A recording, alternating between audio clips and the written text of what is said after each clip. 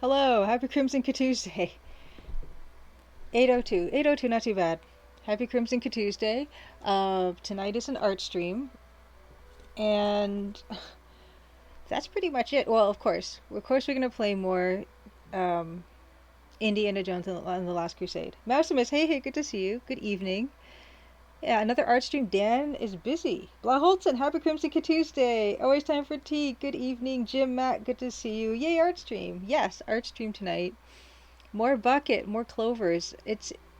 I really feel at this stage that it's coming along and I can see what it's going to eventually look like, and I'm feeling pretty good about it. And I was actually thinking before I came on stream, maybe I should make like little glints on the rim or something. Just, I don't know if I'll do that, but that'll be a finishing touch if we get to it. Deluxe Tux, good to see you as well. Happy Crimson Tuesday.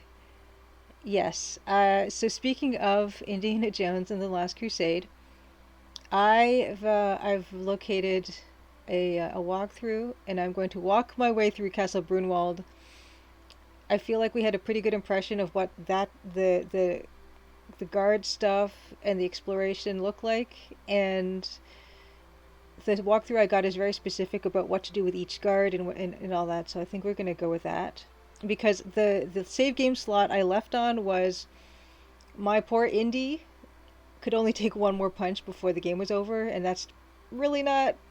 I don't think that's too promising of a way to continue with the rest of Castle Brunwald. So we're going to restore to a point where we just got to the castle, and I'm going to follow the walkthrough to the letter just to get through this particular section. I was told that it was difficult, and it is.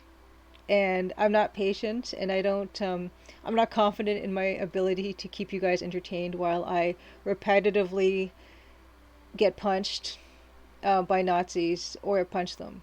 That was fun for the first evening, but I don't want to make a habit of it every night. So, Edith, good to see you. Yeah, little glints with Sierra chimes. Bing, bing. Yeah, Dan. A few weeks ago, Dan composed this gorgeous chime thing that I want to have at the very beginning of the game, and maybe we can repurpose that for the bucket glint or something. Type 2GG, good to see you. Edway says it was a good run. Everyone falls down horribly in that castle. Adventure games don't do arcade. Yes, exactly. And I checked my hotkeys to see if I accidentally turned off my recording on OBS, but I had stripped out the hotkeys for that like a long time ago, so I don't know how I managed to stop the recording last time during the punching, but something happened, so we're not gonna mess around. We're just gonna do it by the book, by the walkthrough book. Tool names. Good to see you. Welcome back. Yes, Crimson Tuesday. Get hype. Always time for T says it's very tough without a guide, since some guards can only be passed with certain clothes. Yeah, we're not. I am not. I don't.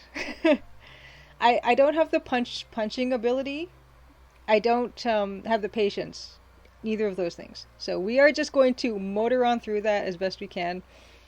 So yes. If you haven't seen any Castle Brunwald, you are in for the full gamut of Castle Brunwald, what it has to offer. But we'll get there. We'll get there. It only took you 2 months to name you're here for the hype is streaming Tuesday. Oh, always time for tea. You shouldn't have to fight any of them. Oh, that's nice to know. Huh. Yes, that's a lot of trial and error eating with, yeah. So yeah, I felt like, yeah, the people were saying in chat um, that some guards will respond to different types of um, of strategies, and I'm not gonna, I'm not gonna. We're gonna get through this. We're gonna get through this. Hopefully, it's not going to devolve into what happened with Personal Nightmare, where I just went through the walkthrough to the letter from beginning to end because that game was really, really, really hard. Hopefully, after Castle Brunwald, will be well and clear and ready to just stumble forth merrily on our way. I'm sure I've missed some stuff in certain areas. I get the impression, even in the catacombs, but that's okay as long as we can go back to those places. Oh no! Always time for Cetus. Just wait until the Zeppelin. Oh no. Yeah, I was copying and pasting, and I saw there's a Zeppelin section, but hopefully we're a long time from that section, so I'll take it on as I need. Eden Way says I tried the Zeppelin a bit, then decided to forget it. I just went and horribly flew the biplane. Uh oh. Unfortunately, we'll need to fight a lot in the Zeppelin. Oh no. SH Stone, good to see you. Welcome back.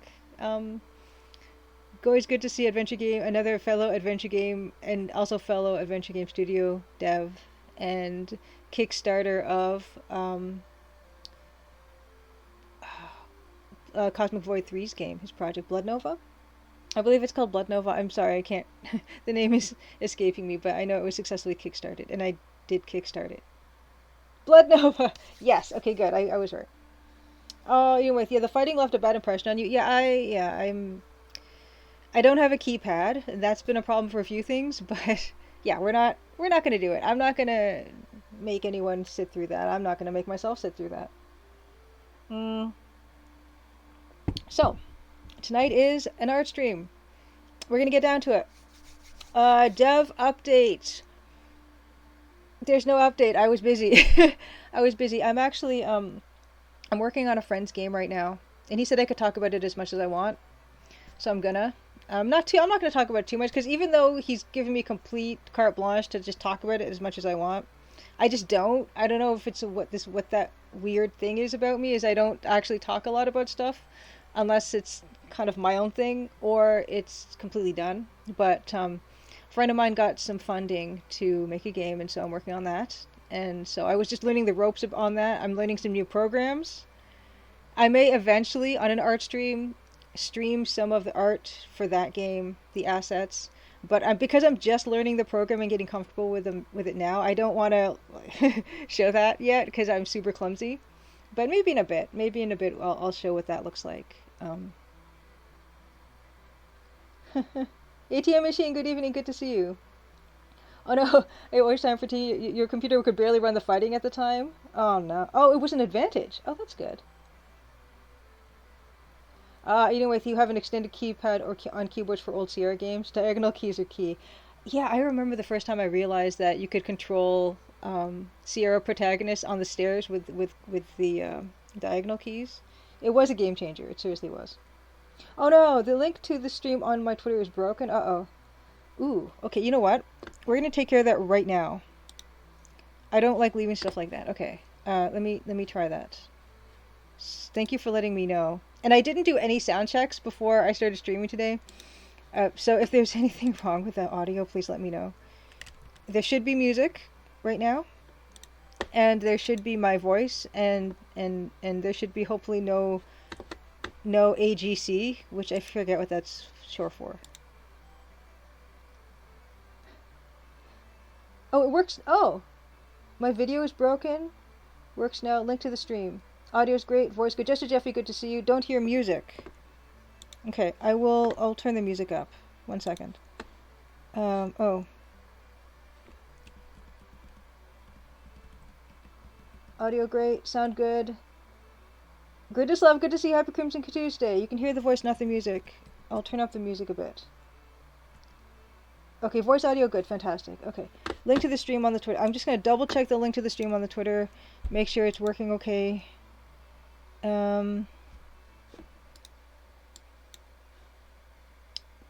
Twitch TV A Maple Mystery.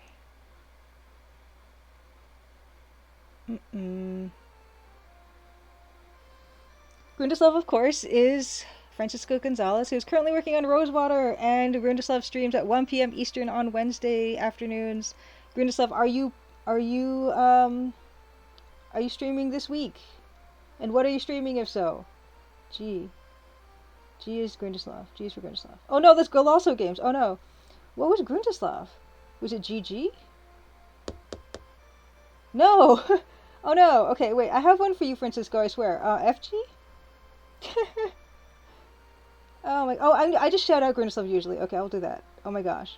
I have links for you and stuff somewhere, but I forget the shortcut. But yeah, Grundislav Games, give a follow on Twitch. Okay. It looks like the Twitch link is working. Okay, so I'm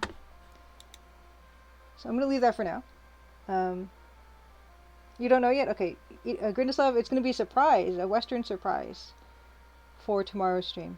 Good. Okay. All right. Okay, so I'm gonna introduce myself really quickly. Welcome to Crimson Tuesday. I am Julia Minamata. We come here just about every Tuesday at 8 p.m. Eastern, and we've been doing a lot of game art music. I mean, game art dev, which means I'm going to be working on some introductory sequence graphics for the Crimson Diamond. The demo is available on Steam. And sometimes we do music here. Yeah, Dan Polakar is a musician, and we've been live composing tracks when he can make it. Dan's become busier lately, so he hasn't been able to make it. But it's the two of us occasionally, and sometimes it's just me. And yeah, on there is a demo on Itch.io, a demo on Steam. That's the L. My links. Yes, Wishlist the Crimson Diamond, and Chapter 1 Chapter 1 is the demo, and I am working currently. I would say about 30% finished Chapter 5 of 7, so that's not too bad. But yeah, I have been busy.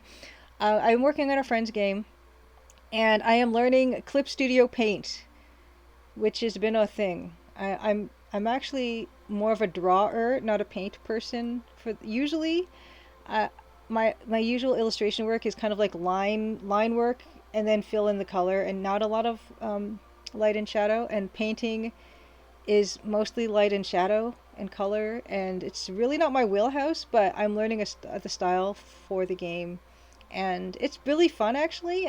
It's really fun to learn a paint program, and figure out how to figure out the assets and how to put all that stuff together for somebody else. So it's a real learning experience.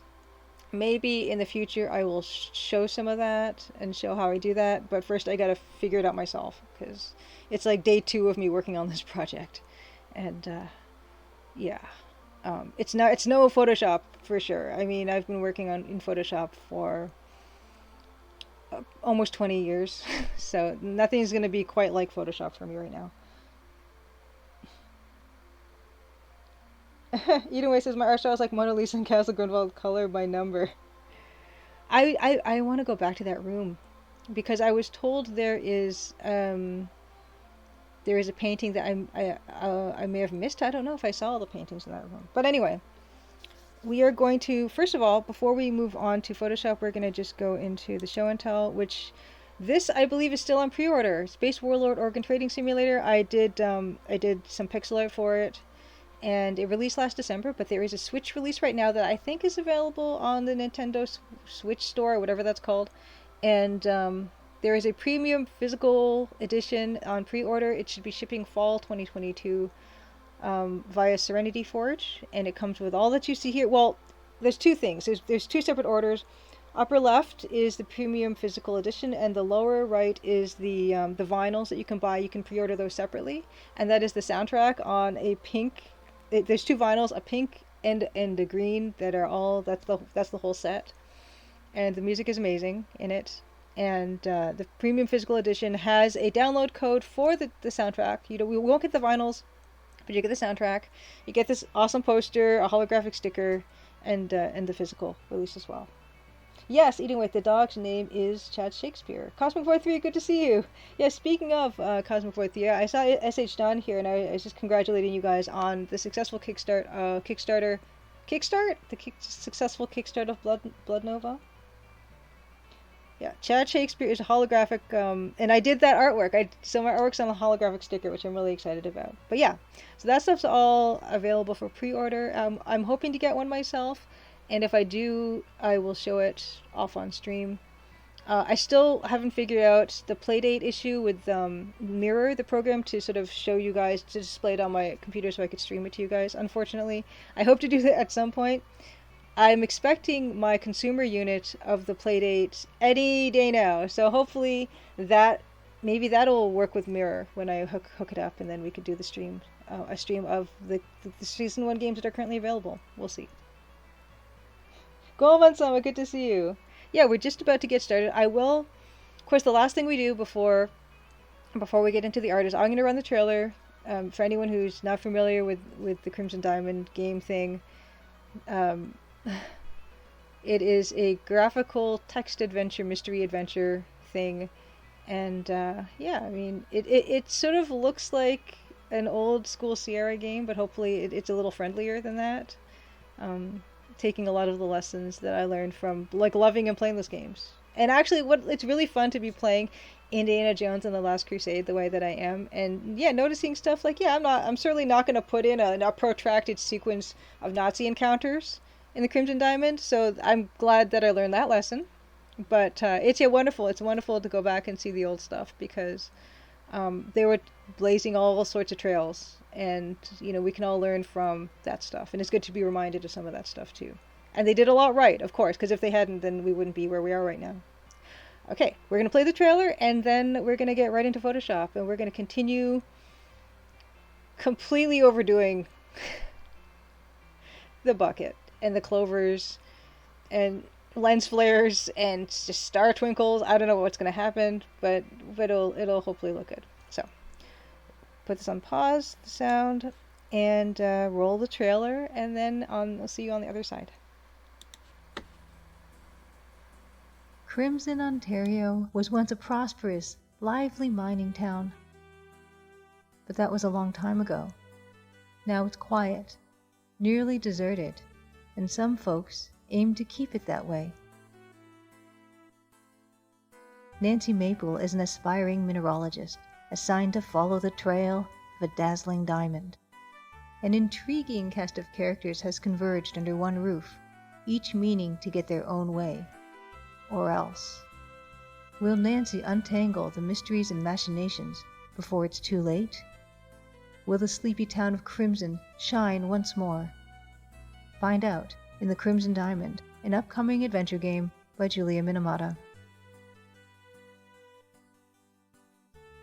The Crimson Diamond demo is available on Steam and itch.io for Windows PC and Mac OS.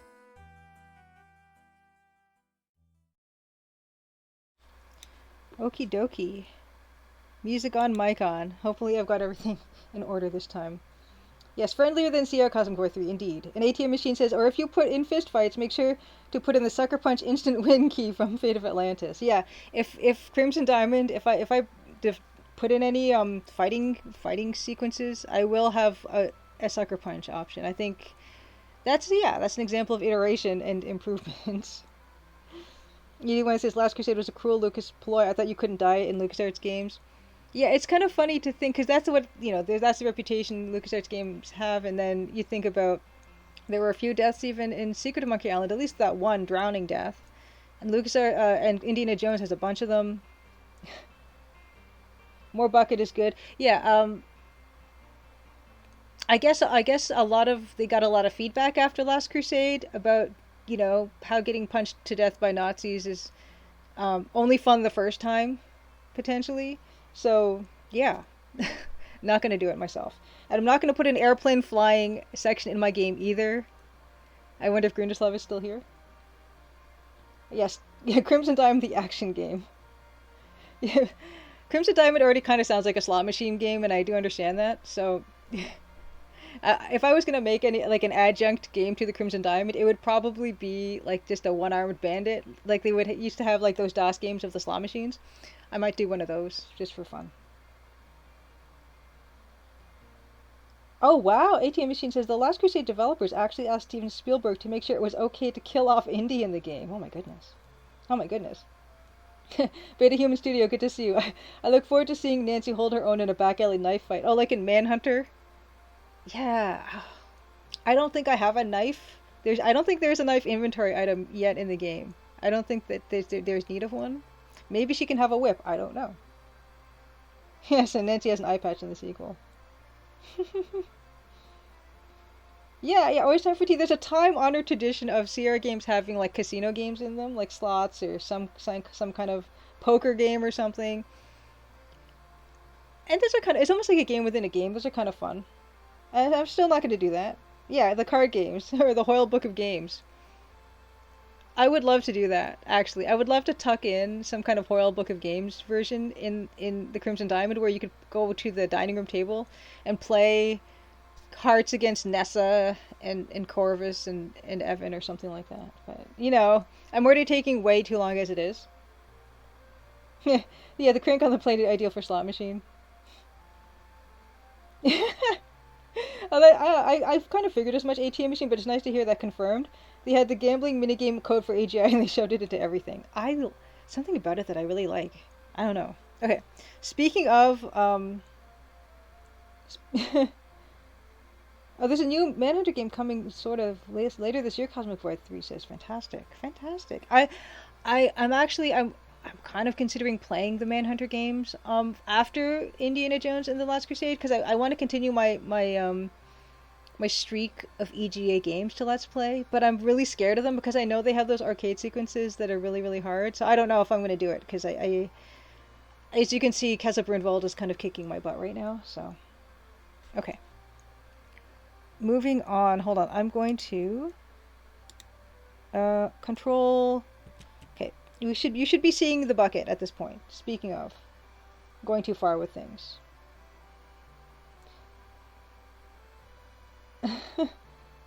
Oh yeah, ATM Machine says it does seem like the gambling minigames must have code lying around in the AGI era because it's so specific to the early point in to that early point in Sierra titles.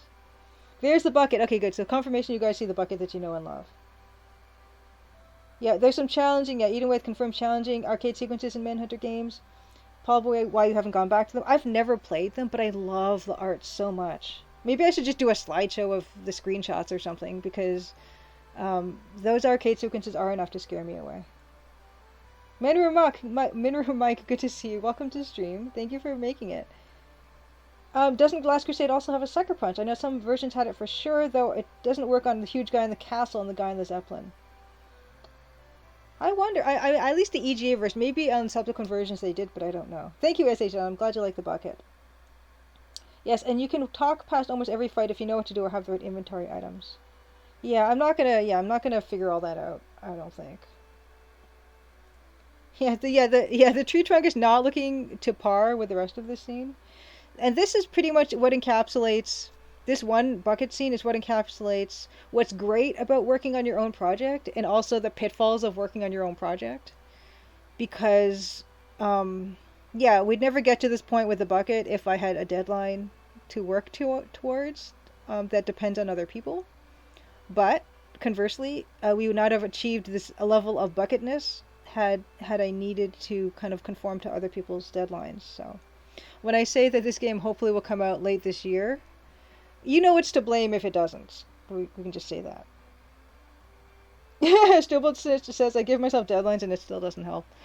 Oh my goodness. I'm really good about other people's deadlines. I'm not good about my own deadlines. It's like that saying about the cobbler's children go shoeless, basically. Yes, level 10 bucket achieves. The bucket does crush all deadlines. And, oh, it's time for tea, the best looking bucket you've seen in a game. What was the cause? Yeah, what was the cause for the delay? Yeah, it's not even a joke at this point. No,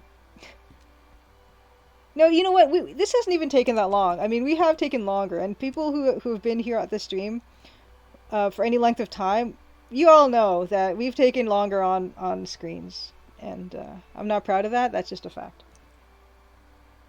Yeah, Showboat Snitch, okay, so you know all about that. You will crunch to get stuff done for other people, for yourself not so much. Exactly.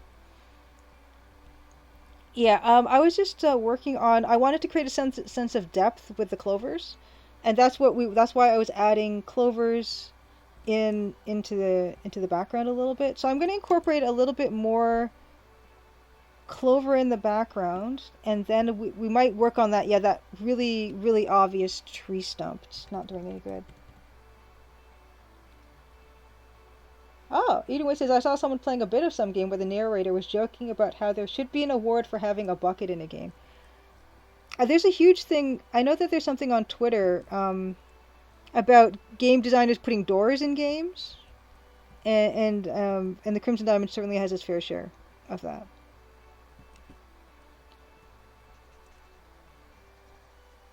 Oh. Because, yeah, the doors are actually... they were a lot of trouble, especially because in the Crimson Diamond you can kind of see down the hall, and so if the doors are open and then you walk one screen south and you look at the northern doors, you can see them open in the distance, and sometimes you can see two sets of doors in the distance and you can see one open and one closed. And that was something silly that I implemented early on.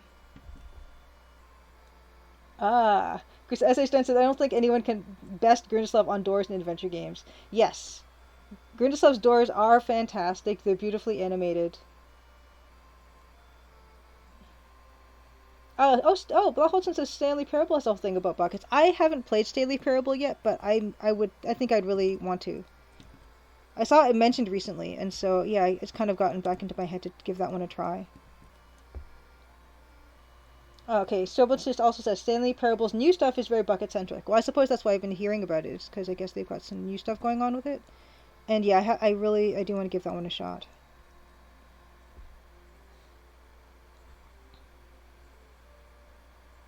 Pula, it's good to see. Are you going to have a bucket in joke every future game of yours now? I don't know. I don't even know if this one will have a bucket in joke. I mean, well, I might. Yeah, I might. Like I said, there is a bucket in the main floor closet, I think, or the upstairs closet. So I'm probably gonna like enhance that text description. But I don't know. I don't know if I'll do anything like that.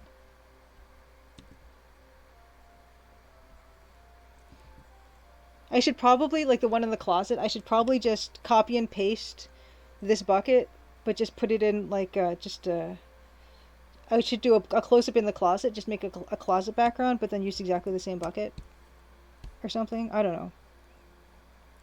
It's all very silly.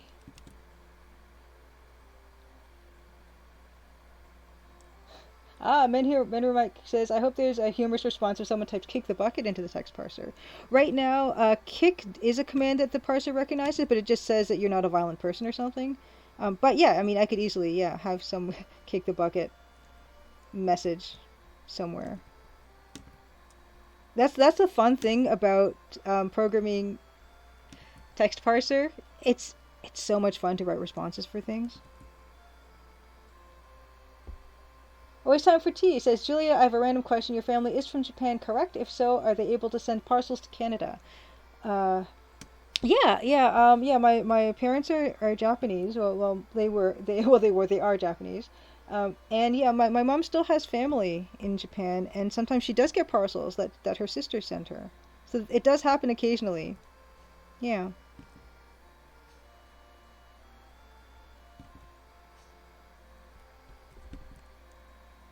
Ooh, Stanley Parable has a similar bucket but more silver. Whoops. Nice. I definitely, that's something I just want to check out. I know it was a whole thing like a while back, but I just had never got around to it. I do want to.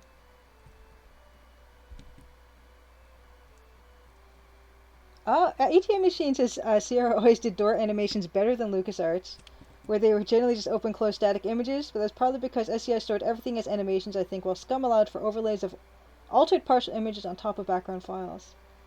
I never thought about that. I never thought about which of those two studios did buckets, did doors better. Huh, interesting.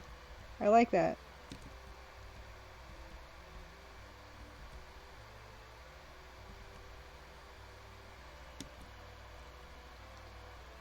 Oh, wow. Always Time for Tea says, I tried buying a Daruma doll, but I was told they couldn't mail to Canada due to COVID restrictions. Interesting. Interesting. Yeah, I don't know. That's kind of weird. I ordered a bunch of stuff from like a company that shipped from out of Yokohama or something, and that was during COVID. That was during COVID. Um, and they didn't have any problem sending it to me. And I think my mom has gotten parcels during COVID from her sisters.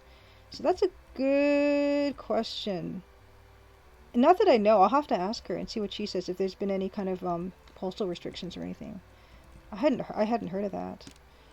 The parcel that I think I told this story before, where the parcel that I got, I ordered, that was shipped from out of Yokohama.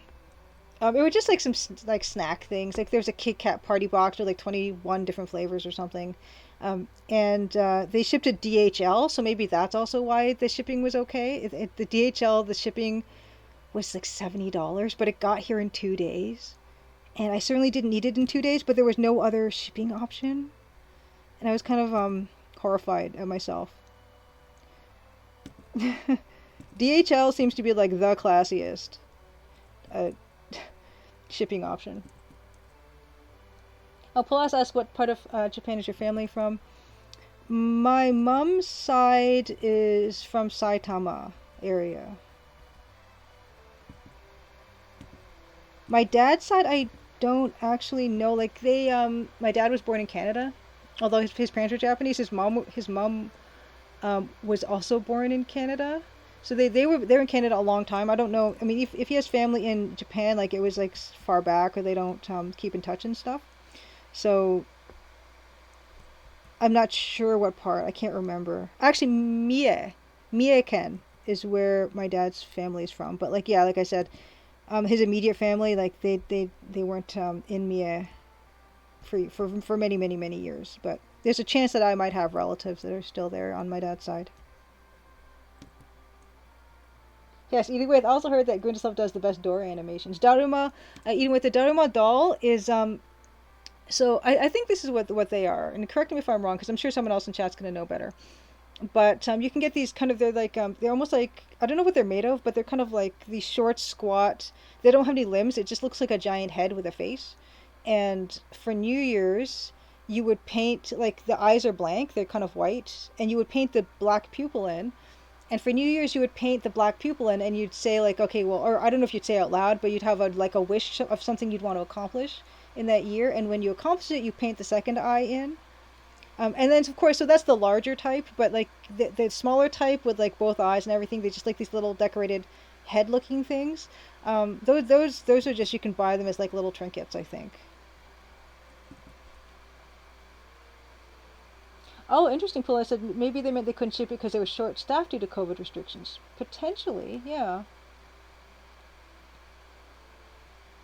Good luck though. Yeah, that it's just yeah, it can be frustrating with shipping. And everything's slower, everything's delayed now. And but good luck with whatever you're looking for.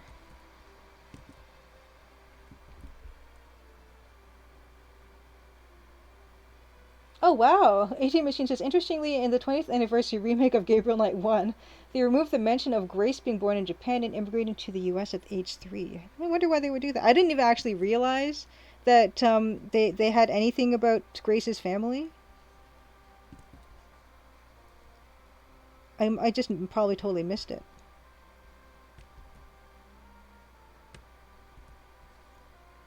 Huh.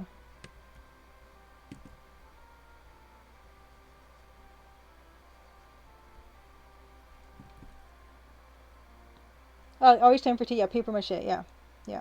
The Daruma dolls are traditionally made of paper mache. Oh wow, just as Jeffrey said, I once ordered from Amazon Japan and still received my item in less than a week to Canada. Whew. Yeah, the Dharma dolls are paper mache, but you can buy like little ones and stuff, like carved out of wood and painted and stuff. But those ones have both eyes in them. Well, the music all of a sudden got louder. I don't know what happened there.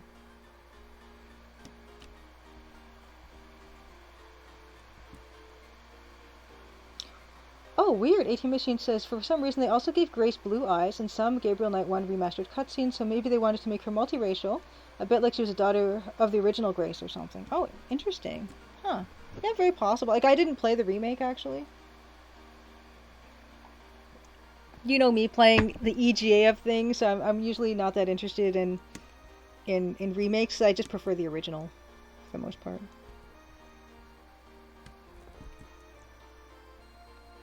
Oh no, the green screen is having a thing. Okay, let me take a look. Uh, let's see. I will take. Oh my goodness. Okay, yeah, I will fix that. Thank you, thank you, thank you. Yeah, the lighting is changing in here, and so that's the problem. Wow. Yeah, I'm sorry. Hold on. I'm gonna. Okay. Okay, there we go. Thank you, thank you. Yeah, sorry, you guys. I can't tell. I always time for tea. It says I don't generally care for remakes either. Both games and movies. Yeah, Pepsi Otaku. Good to see you.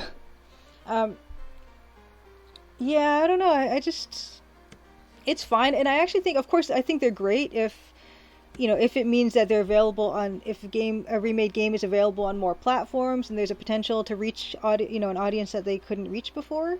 I think they're great. Absolutely. Like I'm not going to say, oh, no one should play remakes or anything. No, I just that's how I remember them, and like usually they're remaking EGA art a lot of the time, which is something I never think is an improvement. So that's just my own personal. What's happening? Something. What's going on? Something is chugging. Something is chugging badly. Why is something? I think this is. Uh-oh. I think Photoshop's having a moment. Oh, there it goes.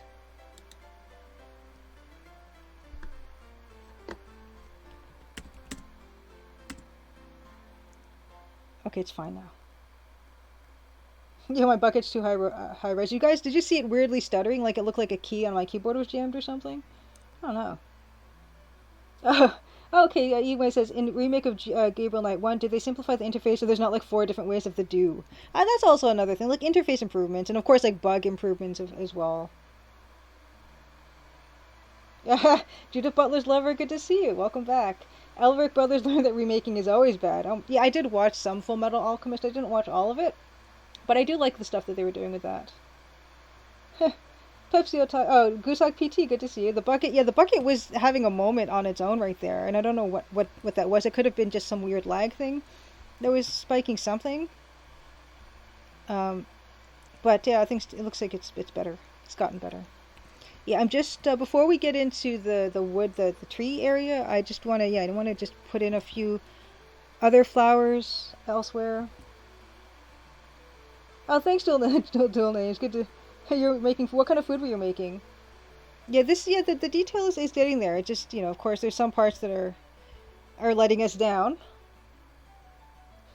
The dithering on they're clover actually. I've got sort of like in the upper left I've got my reference, although I'm not really that being that close with the reference really. I'm just trying to place delicately some more flowers to give that illusion of depth. We've been on flower duty for a while now, but I'd like to move. I could always move on to something else and come back to this. Oh wow. Okay, Japan Post, Beta Human Studio says Japan Post doesn't currently have parcel service of any kind to Canada, and DHL is about 3 to 4 times more expensive than the most expensive Japan Post option. I know because half my stuff is still in Fukuoka, waiting for mail service to return. Oh my goodness, Beta Human Studio. I had no idea. So Japan Post. It's kind of nutty. It's really kind of, I guess we're so spoiled in our modern lives that we just expect to be able to get everything at any time. I certainly do. So, and I'm always surprised when I hear stuff like that.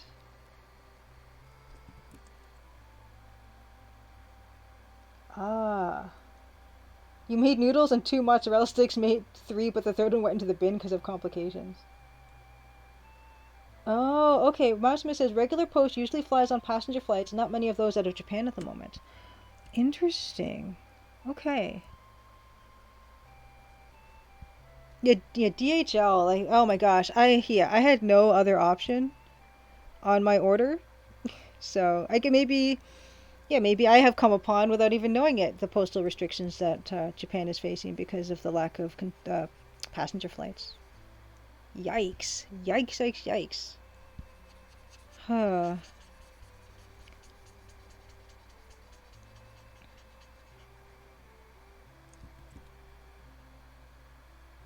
Yeah, hopefully it does resume. Yeah, I ordered I didn't just order Kit Kats of varying flavors. I also ordered I'm also trying to self-teach myself Japanese, and there's a series of these Japanese readers that I really like, these books. And so I ordered a few of those. And then yeah, the Kit Kats were an add-on. Because we can get flavored Kit Kats here in Canada. Just not the type of party box that I ordered. But if it was just for the party box, I wouldn't have, ordered through DHL to get such things. But you know, as you do, you figure I'm already making an order that's shipping from Japan. I might as well get my money's worth or something. And then, you know, $70 of shipping later, and 2 days later.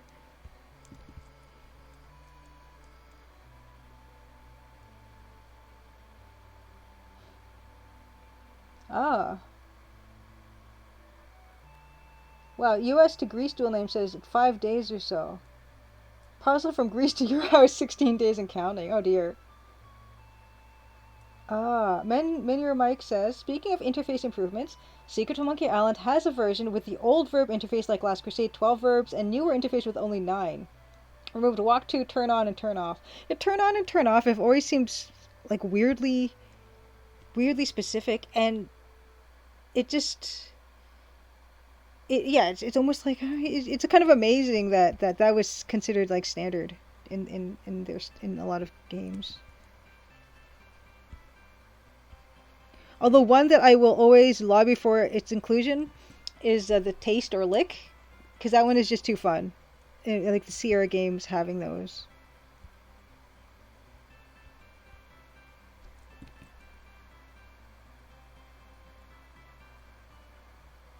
Oh wow, Beta Human Studio says, I had to ship some stuff I couldn't wait for, my cello, from Japan to the US.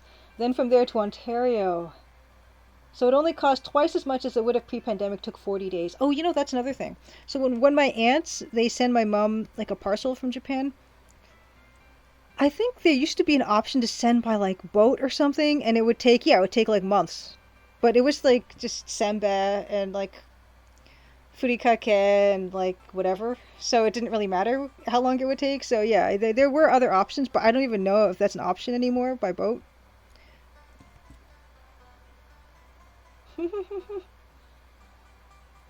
12, oh, ATM Machine says 12 verb interface versions of Monkey Island 1 came in both EGA and VGA. And text, yeah, I remember the text inventory. Oh, Mitter Mike, I agree with you. You say, I'm not sure I like modern adventure games, essentially just have look and use, even though push, pull, turn on, turn off, open, close are really just different ways to use.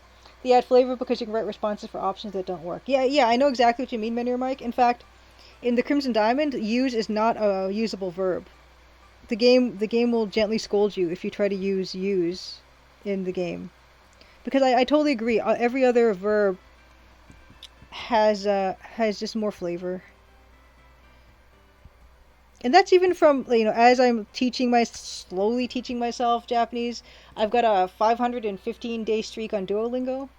Um, is, you know, there's so many verbs that can be replaced by go, like do, go and do. You know, like it's just, you know, I like variety. ATM Machine says VGA CD version of Monkey Island 1 slimmed down the verbs and added an icon inventory based on Monkey Island 2 interface. Of course, I will say I do like icon-based inventories more than the text inventories. Um, and yeah, in the Crimson Diamond, I have a graphical interface for the inventory, even though I don't think any Sierra game that was EGA had a graphical inventory. I just love making graphic inventory icons, and so that's why my game has those. Although you can have an option in the game for a text list of inventory items should you so desire.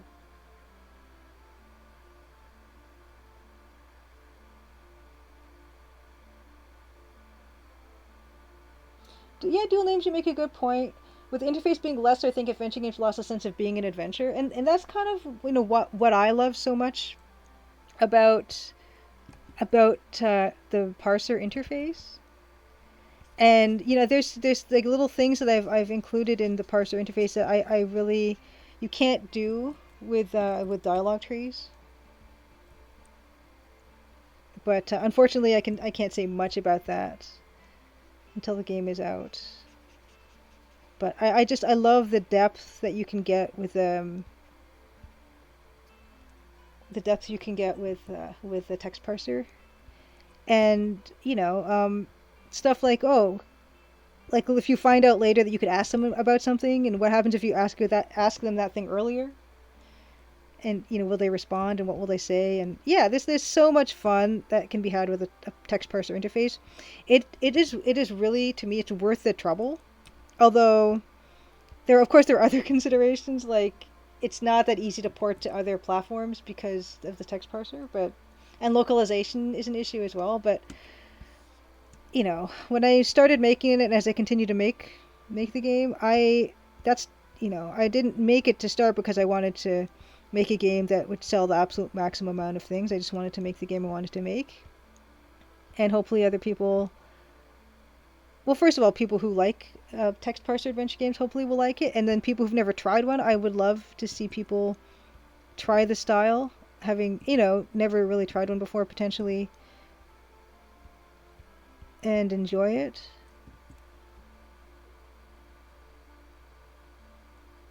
Oh wow, Just a Jeffrey says getting stuff shipped from Japan is expensive, but in some specific cases, buying from Japan is so much cheaper that the extra shipping is worth it. So what can you buy from Japan, Just a Jeffrey, that is cheaper, that the extra shipping is worth it?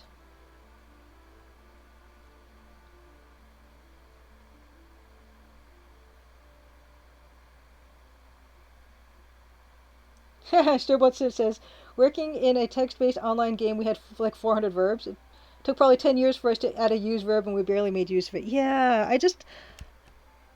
I love language. So yeah, I don't anticipate I'm ever gonna make use a usable verb in Crimson Diamond or any text parser game I make in the future. Huh.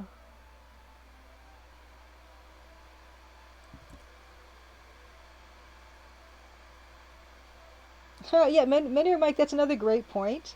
That adventure games really come to life when they have good text for stuff that doesn't work. And yeah, I don't like the I can't do that either. When you just that generic response, I can't do that. Or if you look at a chair and the text description says it's a chair, that type of thing. But you're right. Like when Indy says that's not why I carry a whip, that's wonderful. It's just there's something about that does add so much more.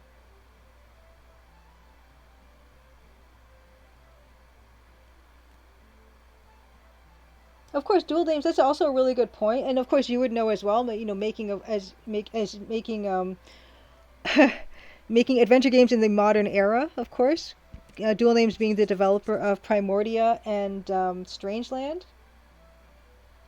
says, I found the reason why adventure games became lesser in a way. The older adventure games had a lot of paths and dead ends because people started being upset about the dead ends. They decided to remove the extra non-leading to canon ending paths, and when you do that, you also remove the special interactions. That's why custom interactions are either too generic or way too wordy because it's not impactful because the paths don't work. Yeah, it's something that I've been kind of trying to think about what when making the Crimson Diamond, like how I can make the game interesting and feel like alive in that way, but not using the same solutions that were used back in those days that did upset people.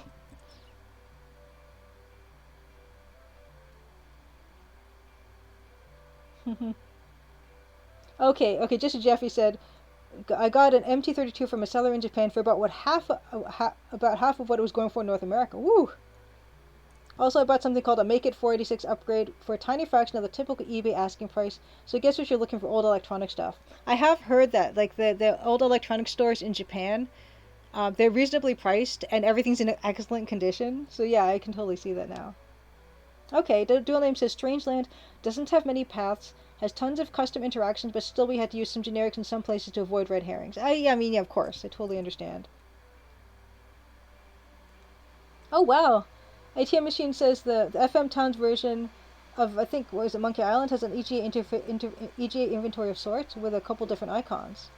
Since apparently the GUI in the FM Towns version could only be in 16 colors. Interesting.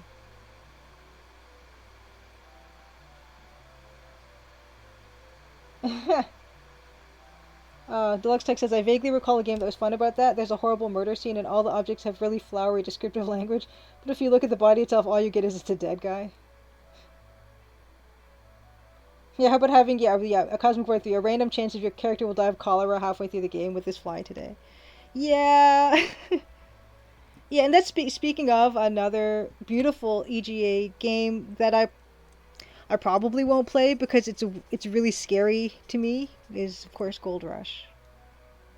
I don't anticipate I will go anywhere near that.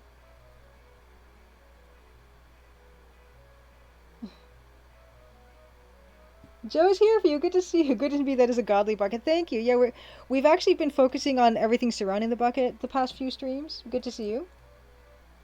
Ah, ATM Machine says FM Town's version of Monkey Island 1's inventory isn't proper EGA. They remapped a couple of the 16 color slots to make the purple verbs work. End up getting rid of the color brown. Oh dear. Oh, nice. Joe's here for you. Making lunch for yourself tomorrow and stuff, but here for Crimson Tuesday and listening in. Oh, lovely. Well, I'm happy to have you. What's for lunch tomorrow? Yeah, Jester Jeffy, yeah, your MT-32 you got from Japan was packed so meticulously and perfectly. I've never seen anything packed with so much attention to detail. So yeah, that reminds me. I was watching this Japanese show, and they were talking about second-hand stores in general in Japan. Everything is meticulously clean, well organized, in fantastic condition. So a lot of people, no matter what you like, if you like second-hand clothes, if you like if you're looking for like albums and records and all these types of things, like everything is people take really good care of their stuff generally, and so you can find just stuff in the most startling conditions in a good way. Oh wow. ATM Machine says FM Town's version of Monkey Island 2 and Fate of Atlantis have 16 color GUI and inventory designs as well. I didn't know that. Not quite as close to classic EGA, got it. Oh, always time for tea. You always wanted to play Gold Rush, regret never buying it? Yeah, I don't think I was ever like really attracted to buying it back in the day. Um, but because I was, at that time I was more interested in fantasy like the King's Quest stuff and Quest for Glory. Um, if well later Quest for Glory, but yeah, Gold Rush it looked like I was not into historical stuff as much as I am now, and so I don't think I ever was that interested in it. But yeah, it's gorgeous, isn't it? But I've seen people play through it, and I think that's all I'm gonna need from that game.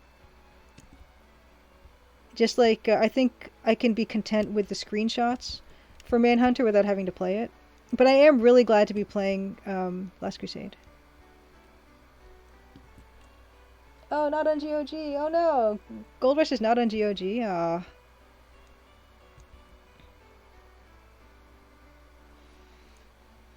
Well, the wonderful thing about PC gaming is that nothing ever dies.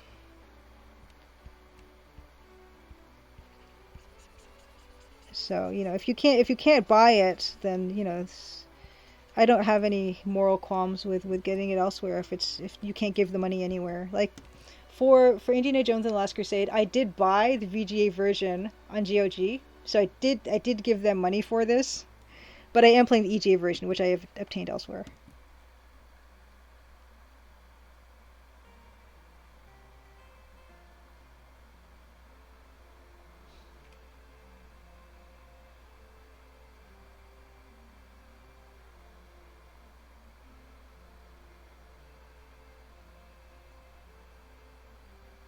Well, dual name says if I play the full version of Crimson Diamond, and I will, but what I mean is if I say this feels like Sierra, then I think it'd be a huge accomplishment. I hope so. I hope so. I hope so. Oh, functional turkey sandwich shows here for you. Fantastic. Pulas agree. Secondhand stores in Japan are amazing. Okay, nice.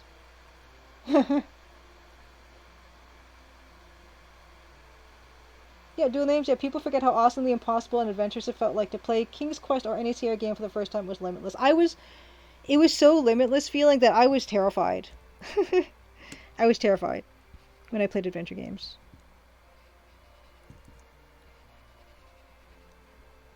But yeah, it's one of those things where I don't think you could feel like that again. The world is different. And I feel like even, with when I do Crimson Diamond stuff, I don't know if there's going to be stuff in it that people will probably miss, but I have to kind of be okay with that. I mean, maybe one day I'll do like a mega playthrough or something and say, okay, this is all that cool stuff I kind of hid in here, and I wasn't going to explain it to people because then it takes away from that sense of mystery. Although, I mean, like the main storyline and everything and all that will be pretty clear, but there will be stuff in there that not everyone's going to see through their playthrough, and I've heard people say as much. um, when they watch people play the demo on streams is that even Eatingway says this. Every time he watches someone play through the demo, there's something he hasn't seen before, and that's what I like. That's part of that feeling of limitlessness. And so, yeah, I'm okay with kind of keeping things not fully explained for that reason.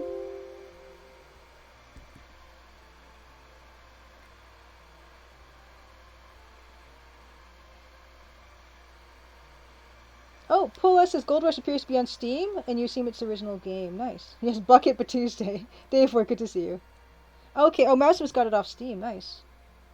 Oh, and they do sell SH Done. Yeah, there's a Gold Rush game that is sold on its own site. I do remember that. Yeah, Dual Names, you were also terrified. You're like, oh my gosh, what do I do? Yes, absolutely, yes. That feeling, and I think it's almost like it's a related to how in children's books children have the agency, and often the parents in a children's book are either absent or unavailable. It's because the kids need that room to be independent and to solve problems on their own.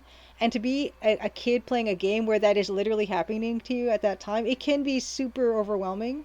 But it's a nice safe context to explore all these weird options in a game, you know. So I think yeah, it's a great experience for kids to be able to play a game, and you have to deal with like robbers and bandits and drowning, I guess, in rivers and getting eaten by crocodiles, all that stuff. That's the valuable experiences you can have safely. Oh, Paula says $3 on Steam.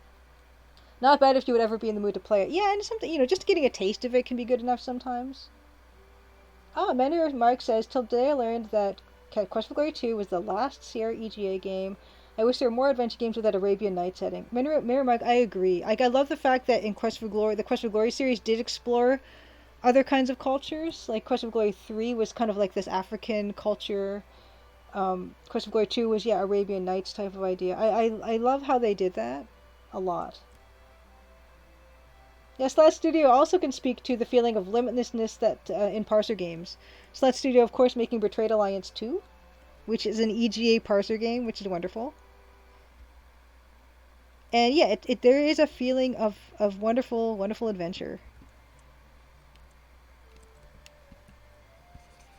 And there's also something magical about having something that feels like a limitless adventure, and it's 50 megabytes or something.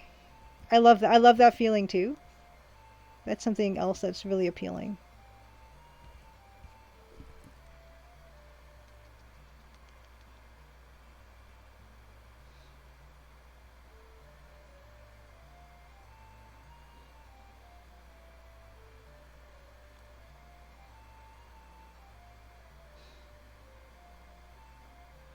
Oh, Dual Name says people made fun of commercial FPS games like Painkiller. Yeah, that's not a good fad. But 15 years later, old school first-person shooters are the bomb. Ultra Kill, for example. Ultra Kill, I've not heard of it.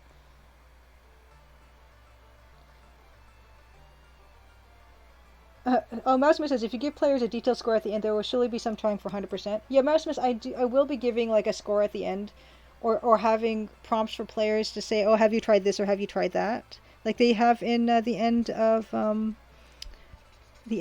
Colonel's Bequest. Dame Karen, good to see you. Welcome, welcome. Dame Karen says, did you say this all is on one layer? No, no, this is not all in one layer, Dame Karen. This is on multiple messy layers. So this is layer 72. But this is just everything we've been kind of working on today. So no, I'm just the worst. They don't get names. They just get their numbers. It's a mess.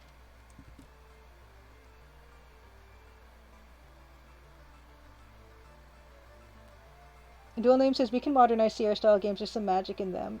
If Quest for Glory 2 was released today, in your humble opinion, it'd be sleeper indie game hit.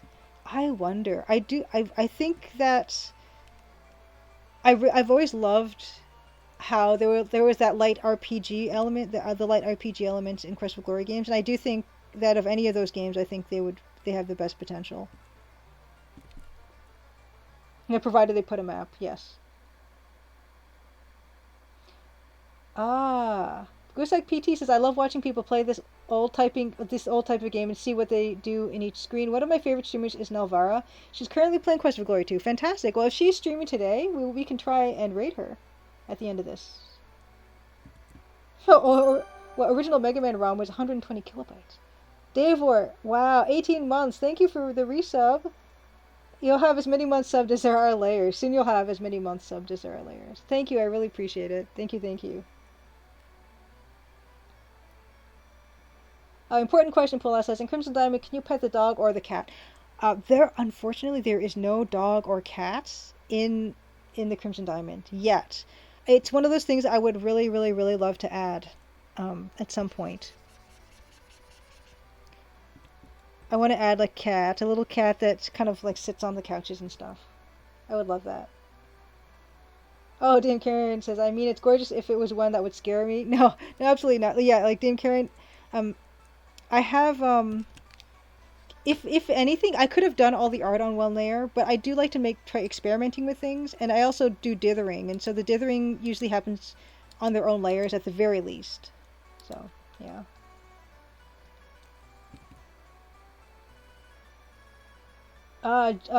Maximus says the pixel artist we rated once Jess. She had amazing layer discipline with layer groups even.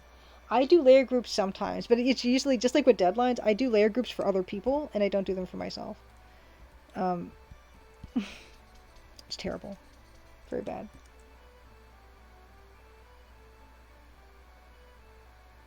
ATM Machine said Deluxe Paint just had the regular screen and a single alternate layer that could be used for things like the undo command. Oh my gosh, horror, horror. And ATM Machine says, I think it was Photoshop that introduced layers, but didn't come out until 1994 or so. Yeah, that's my first question. Whenever I see any type of drawing software, does it have layers? If it doesn't have layers, I don't care about anything else. It has to, at the very minimum. Yes, and many remark, yes, there's lots of unofficial, like, Sierra type remakes, Quest of Glory remakes, in the style. And many remark, you're right, Hero U is Laurie and Corey Cole. Yeah, and they were the original developers of the Quest of Glory games. Which I actually haven't played that much. I do have it. I bought it and installed it and everything, and I just haven't gotten around to playing it. And I'm not sure how closely it is is to the old stuff that they used to make.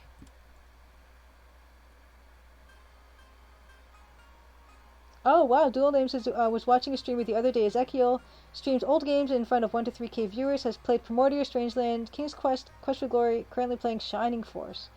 Those games still hold a good candle. That's good to know. I'm really glad. The best thing is when I learned that there's a streamer or somebody playing at these types of games for the first time, especially the older games, and kind of seeing what we kind of played and experienced and enjoying it, because it almost feels like, oh, it's not just nostalgia that we feel for these games. It's actually these games there's something special about them. Oh wow, and Dual Name said, I worked with the team that made the remake. Oh. Yes, Pilla says, well, if you do add both, or either, I would suggest allowing the player to pet them. That's what the people want. 100%. Absolutely, absolutely, absolutely. Yeah, I want to make a cat. I love cats. I want to make a little kitty. Like, of course, there's Dido, who is, the cat that is in... Oh, that reminds me. I did make a Mother's Day card, and I forgot to share it with you guys.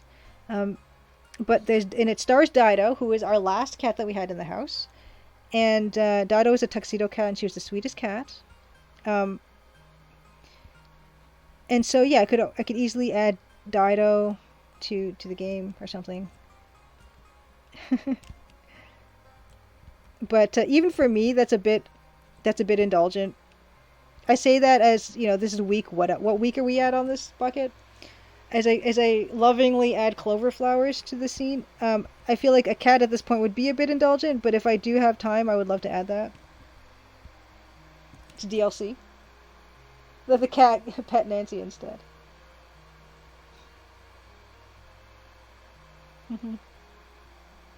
Yeah. Oh, you could put a cat always in a room where you need to progress the game as a hint. Mousemas, good point. Good point. Oh, and Ezekiel really liked King's Quest 5. Nice. And always time for tea. You're absolutely right. A cat does go good with a cozy mystery. Absolutely. I hope to.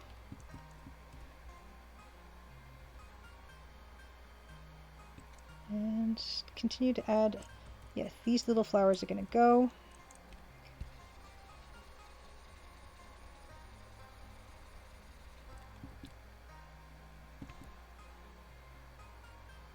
Yeah, Slash Studios also loves watching people play old games for the first time. Yes. Yeah, many are right. Yeah, the plot twist: the cat is actually the narrator of the story.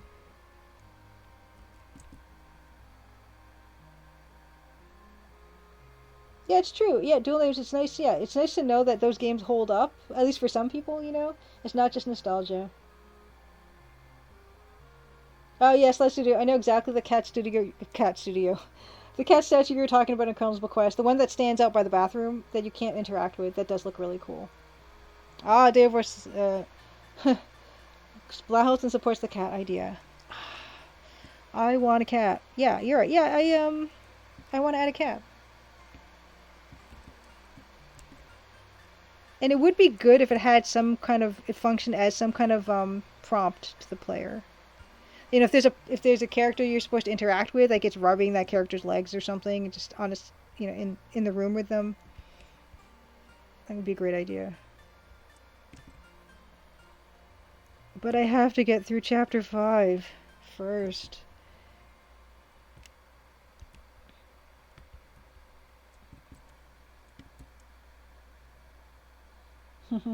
His cat studio is a way better name, Slat Studios. Okay, we have people who are willing to wait, push back that launch date by a few months for cat content. Oh my gosh. You're the worst enablers.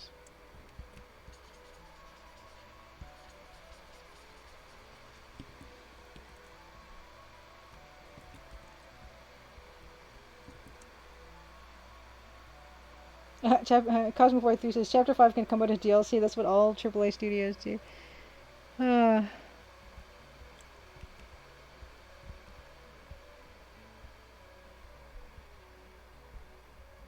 It's going to be a one and done. It's going to be one and done.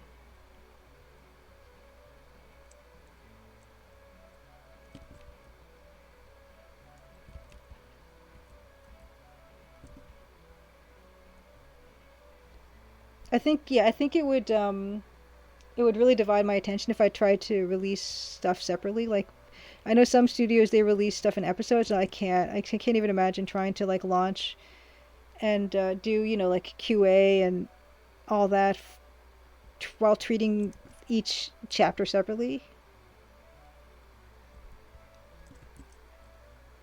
It's downloadable cats. Oh well, Goose Lake BT. I don't remember the Sam and Max cool street cat character. Ha! Mini or Mike, I like it. Release an updated version later on. Crimson Diamond, the director's cat. Judith Butler's Lover also says, I would wait as long as necessary for cat content. Aww, Joe's here for you says, my late cat was a big, sweet tuxedo cat. I support cat inclusion. Pepsi Otaku, what if the screen zoomed in on the cat when you pet it? It's just the worst. Uh-oh, what's happening?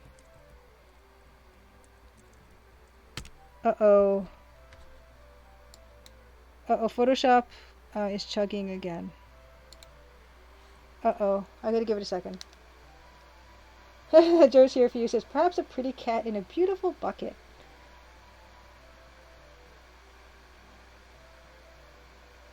Stillbot says, I know how I am as a player with episodes. I'll play one, then lose track or interest waiting for the next. Or some people will just wait until it's all done. And kind of, I played and enjoyed The Last Door. And The Last Door that came in, I think, I played one and, did I play 1 and 2? Well, I think each of them came in 4 episodes maybe. And by the time I discovered them and played them, they had already all been out. So it's all the same to me.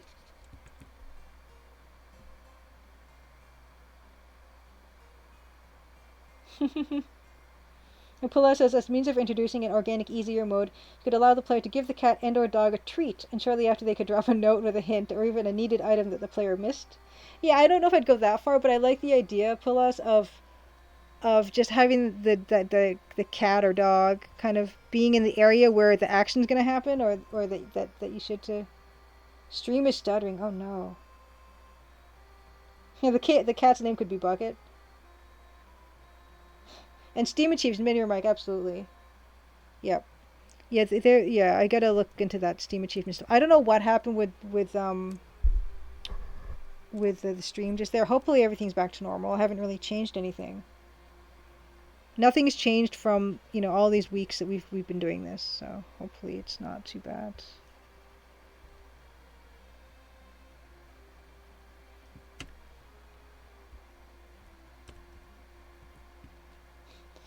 And belly rubs. Yeah, Dido loved a belly rub.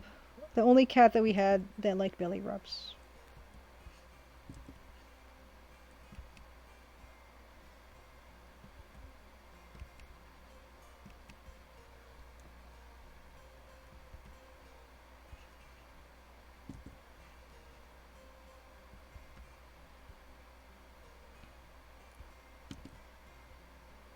But I can't lose focus right now on chapter 5. Any more than I already have, you know. So.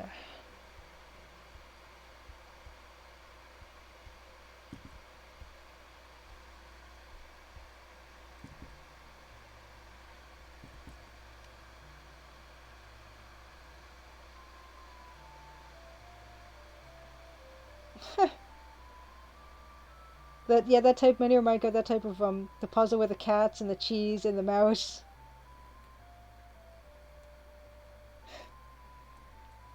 All for just being able to pet the cat. And then have an achievement come up on Steam saying you pet the cat.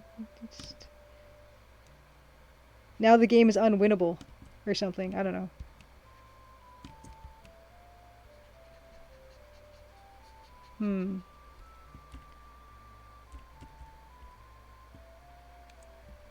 And what I'm going to need to do right now is I'm going to need to add the feeling of more depth to the scene. So I think that'll be my next order of business before I even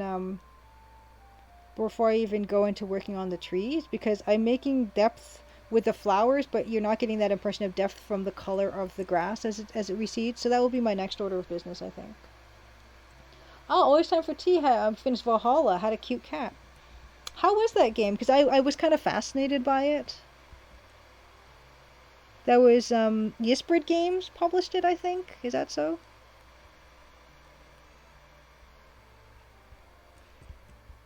Speaking of, yeah, like Strange Scaffold, and they were the ones, Xalavier Nelson, who released Space Warlord Organ Trading Simulator, just announced today that he is publishing a roguelite RPG.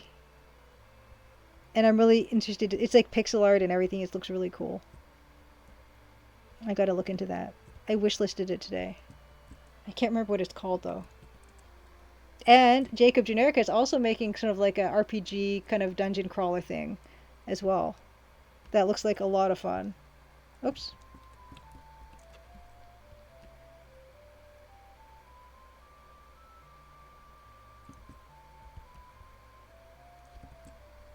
Oh, you enjoyed it. Nice.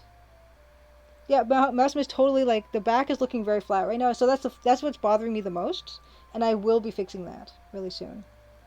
Okay, Valhalla had great music as well. I'm gonna that's my next order of business, I think, is to give this more of a sense of depth in keeping with everything else that's going on here. Because right now, yeah, it's really flattening out. And the thing is, to create that sense of depth, like a lot of things have to work together. And if they're not, then it's pretty clear. And so we're going to work on that a little bit.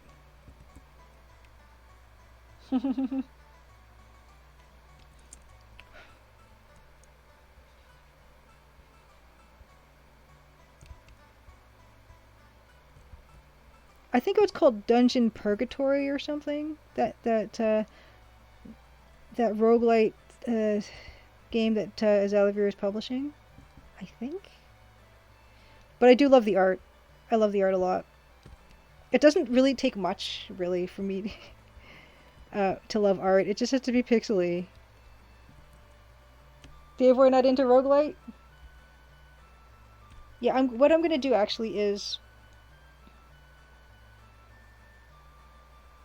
I am going to my instinct is the dark gray, so we're gonna throw in a dark gray dither into that background, because this isn't working for me. Let's see where I left all my dithers. Black dither, light gray dither. There's a dark gray dither here that I'm not even using for anything, so we're gonna repurpose that.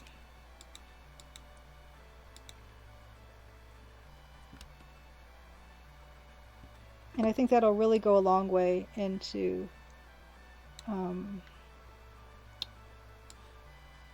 making this depth work for us more.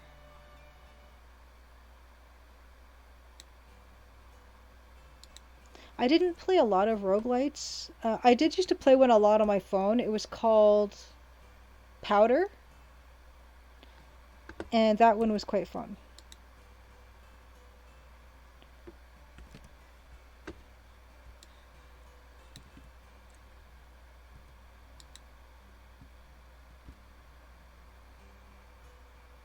Dave says, to me, roguelites represent replayability and mastery in a way that roguelites just turn into grinding. Oh, roguelike versus roguelite. Gotcha.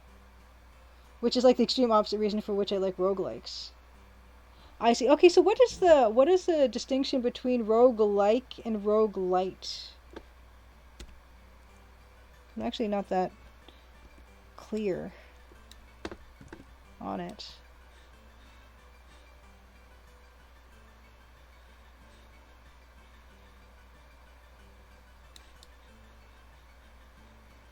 This is all sounds like valuable information that I should know. I think the one I had was roguelite, roguelike. I think powder, milk. I think powder was a roguelike. Roguelite's way less. From Otaku. What is? Yeah, I don't. I can't. I never really thought about the terms that much, and I feel like they sound so similar to me that I might have just conflated them, but clearly they mean different things. Okay, original Rogue game was procedurally generated.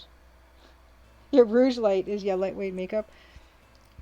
Yeah, if anyone can know, has any idea about the distinction between those two things.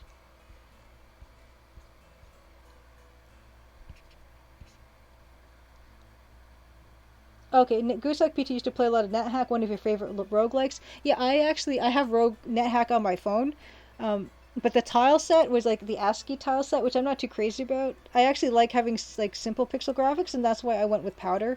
Although I think NetHack you can get other tile sets as well, which is kind of cool. But Powder's the only one I ever played for any length of time. So roguelike, definitely procedurally generated.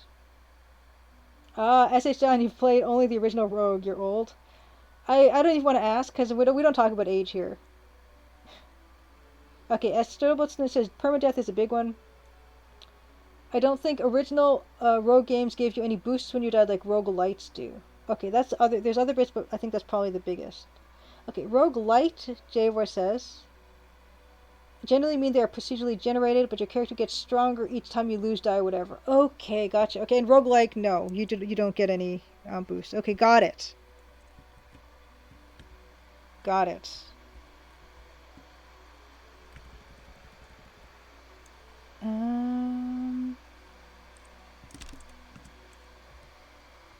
So yeah, like Hades is a roguelite then, because I know that game has boosts and stuff. I'm learning.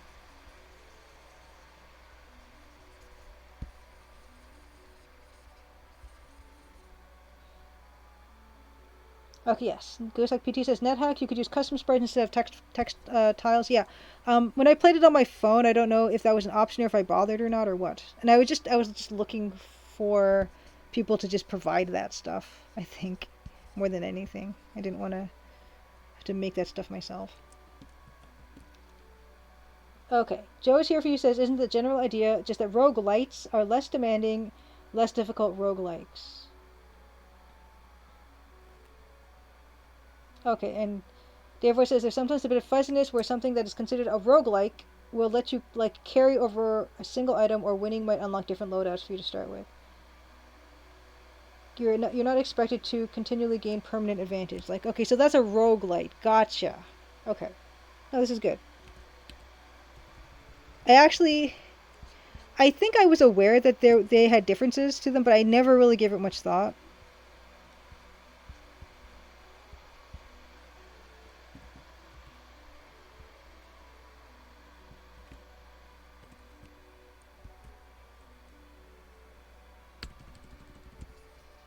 No, it's not working.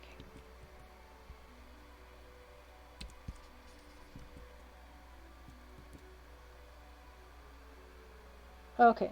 Joe's Today Divorce is not necessarily, practically that's common. You could design a roguelike that is not super difficult, or a roguelite that is literally impossible to win at first, for example. Okay. And 11043, good to see you. I think roguelike has to be very similar to the original Rogue, while roguelite just has random elements and permadeath. Ah. See, I don't know the terms, because actually, I don't play that many games. I'm trying to get better at that. I'm really trying to play stuff more, find time. At the moment, I don't really have much spare time to do stuff. Although that's not really an excuse. Gotta make time. I gotta make more time to play stuff. That's also another reason why I enjoy doing the Let's Play streams, is because it's time where I'm dedicating to playing something, even though sometimes it's just with walkthrough. Okay.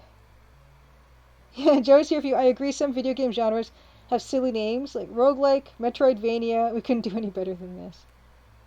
Yes, Hunter 10 the original Rogue was a room and corridor dungeon crawler.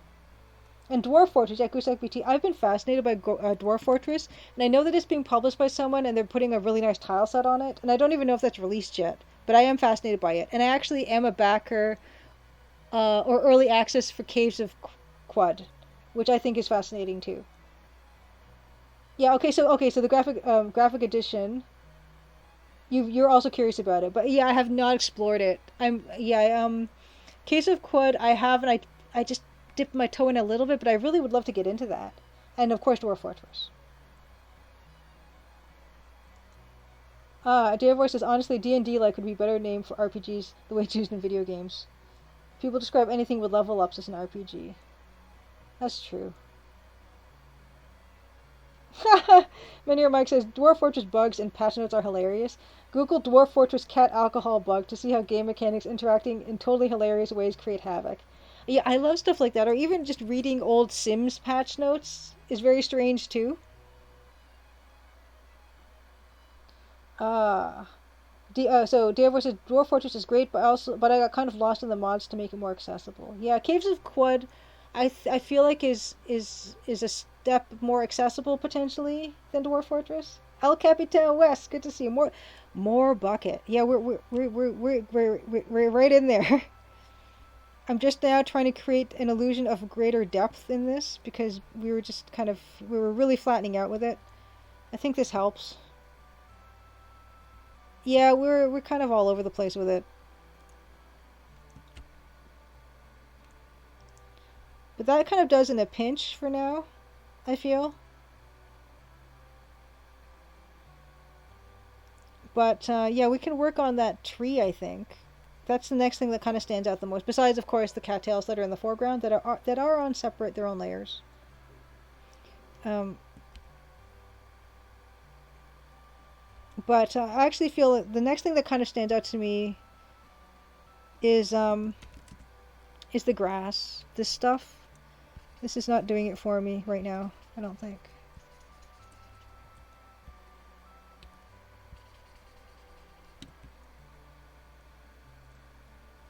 We have to do something about the grass. In fact, what I think I'm going to do with it is I might use some of the gray and put it in some grass lines in gray, and then bring it down. Because yeah, this grass is kind of... don't know if that'll work. Yeah, I think what I'm going to do is put a little bit of gray to suggest shadow in here, and then I am going to maybe put make some of this grass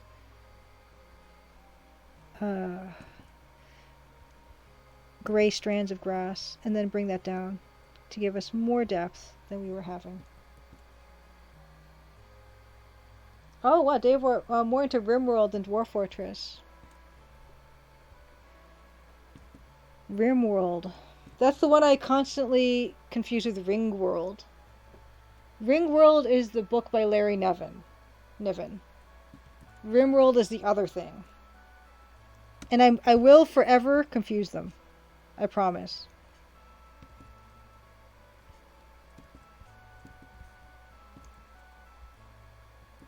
I had to look over at my bookshelf, Dave War, because I have the Larry Niven book on the shelf. Otherwise, I'm not going to get it. I'm not. I'm just going to... I'll make that mistake forever. Another one that I do that's pretty embarrassing is Gary Coleman versus Gary Oldman. I'm always misspeaking that one. And I know the difference, but it just comes out. Always Time for Tea, have a great night. Always Time for Tea says, I better call it a night. Since my shift starts at 5:30, have a good night, everyone. Thank you for the Japanese shipping information earlier. I'm loving that bucket. We absolutely need a cat companion for Nancy. Thank you, Always Time for Tea. It's always a pleasure to have you here. Have a great rest. Good luck with your shift. And no, I'm so glad that people could help you with that shipping information. It's wonderful. I love learning about stuff. Joe's here for you. Says Gary Coleman was in The Curse of Monkey Island. Oddly, yes. Manier Mike says, fun fact: Gary Newman is older than Gary Oldman. They sound the same. I know it's embarrassing because they'll say, "Oh yeah, isn't I really love Gary Coleman as an actor and stuff." And I don't mean him. Pucci was a fine actor, but I really love Gary Oldman. They're too similar in name.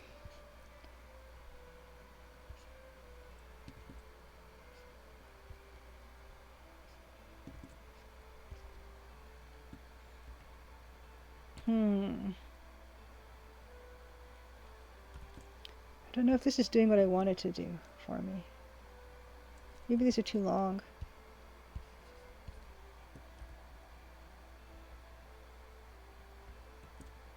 And then there's Gary Cole.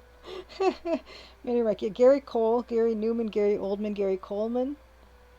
Yeah, it's a nightmare. It's a nightmare.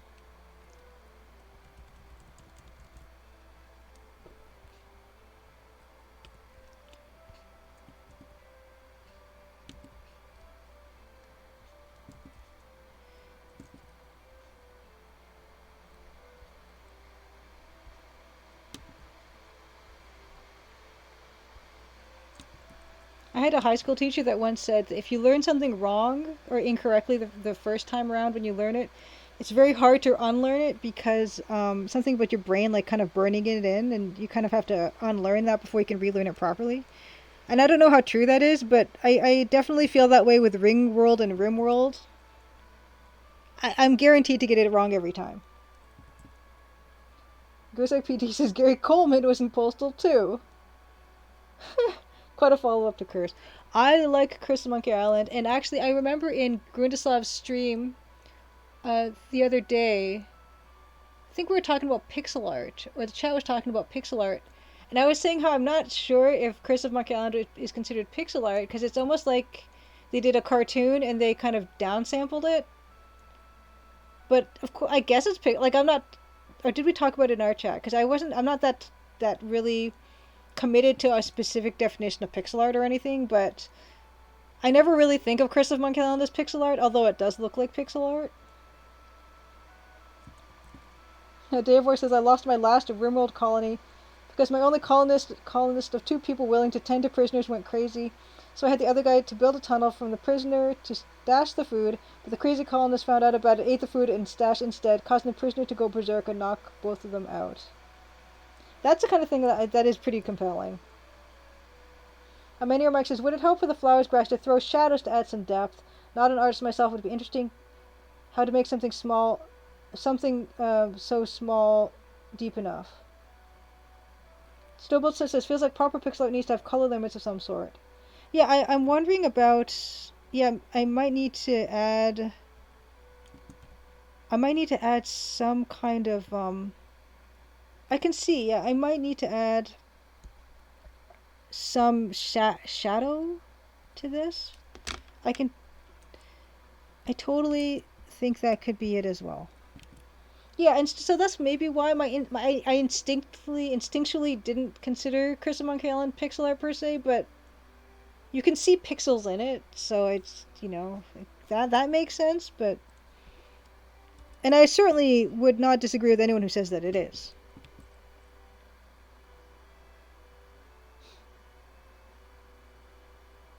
Yeah, Carandia, exactly. That's another thing. Like how limited Carandia, 256 colors, it's hand pixelated.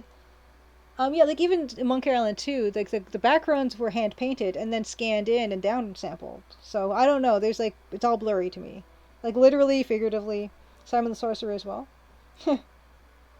Depends on the era of pixel art they're going for, I suppose. Gooseck PT says, I don't know, but this bucket is starting to not look like pixel art to me. Yeah, I don't know. Yeah, I mean, I'm pretty like not non-committal when it comes to this stuff.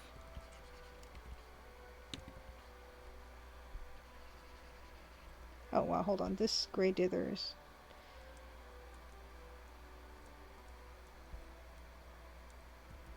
Because that was that whole thing about how people were upset. Apparently, he's upset that they didn't think the Return to Monkey Island was pixel art or something. I don't know.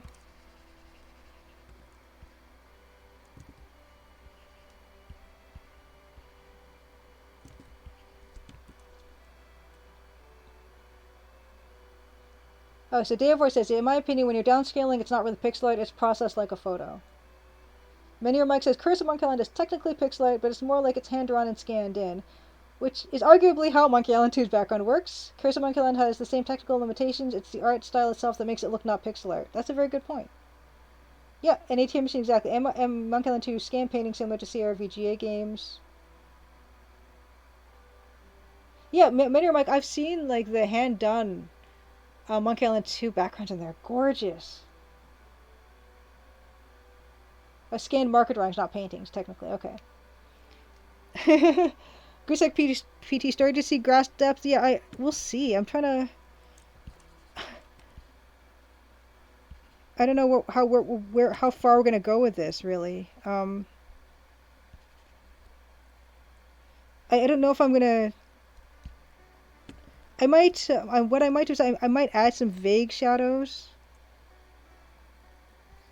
Um. Oh yeah. Now the Photoshop is. Oh well. OBS is disconnecting and reconnecting. Oh dear.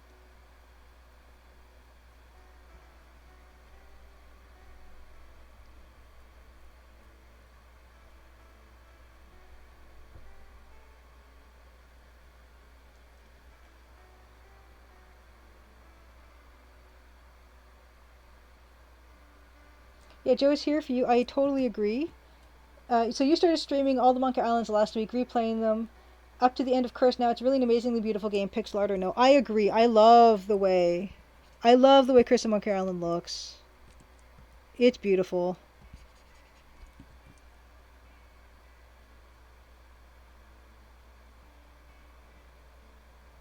Ah, interesting. ATM Machine says Peter Chan didn't like the artifacting that resulted. Oh, reconnection successful. Hopefully we're back. ATM Machine said Peter Chen didn't like the artifacting that resulted, and in later games like Day of the Tentacle and Sam and Max, he designed the backgrounds to have large areas of flat color that could be cleaned up on computer after scanning. Aha. The sketches, okay.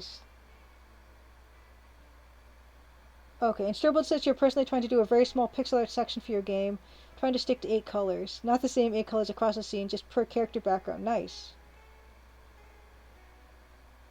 And Blahalton, yeah, the way you look at it, if you see pixels, it's pixel art. Yeah, exactly.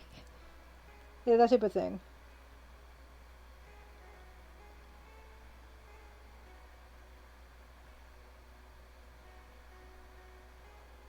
Yeah.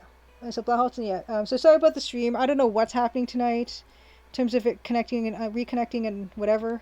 But hopefully, yeah, I think we're back. Hopefully. But yeah, so Blahotzen is saying, yeah, visibly distinct pixels as art style, as part of the art style is pixel. Yeah. Yeah, I guess, but yeah, I mean, I can totally understand, like, I don't even know how I feel about it. Oop. Oh my gosh.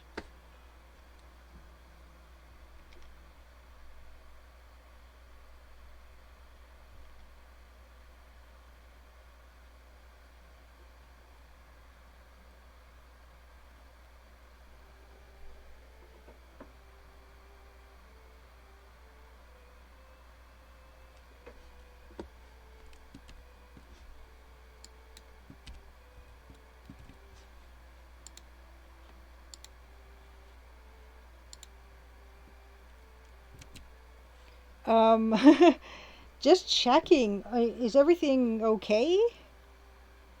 What's going on? Can you see me?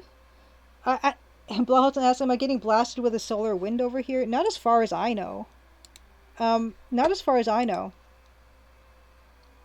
Literally have changed nothing since I was on last week. Am I on still? Is this going? What's going on? OBS, it says OBS is reconnecting. Heck. Uh-oh. Ruh-roh. Okay, I am back? So, I don't know what's going on tonight. I mean, yeah, like nothing has changed. I've changed 0.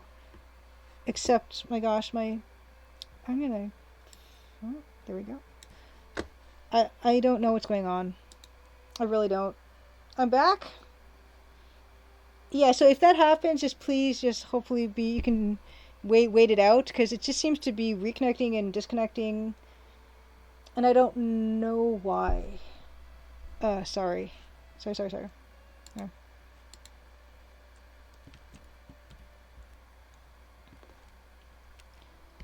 But I was thinking of just adding generic texture to this, you know? Because I think that might help with this. Yeah, I don't know what's going on. Yeah, changed nothing, didn't even update it.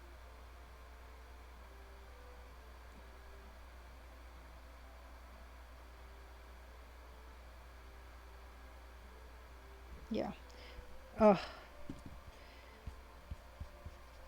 Oh, technical difficulties. Yeah, I think what I'm going to do is, yeah, I think I'm going to just kind of rough some of this stuff in, and then I might add some purposeful shadows, because I think the grass is kind of throwing me off because it's just too much one color. So, oops. Okay. I can't even begin to guess what's happening with the stream. It's pretty, like,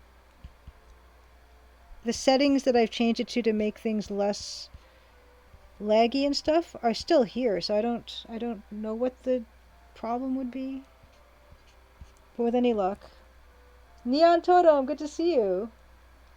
Yeah, the bucket is beautiful. Side quest cover art for the Crimson Bucket. The Crimson Bucket. If I changed the name to the Crimson Bucket, it would definitely, like, it's the same acronym as the Colonel's Bequest. The Crimson Bucket. And yeah, this should be like the game box cover art should be just this bucket.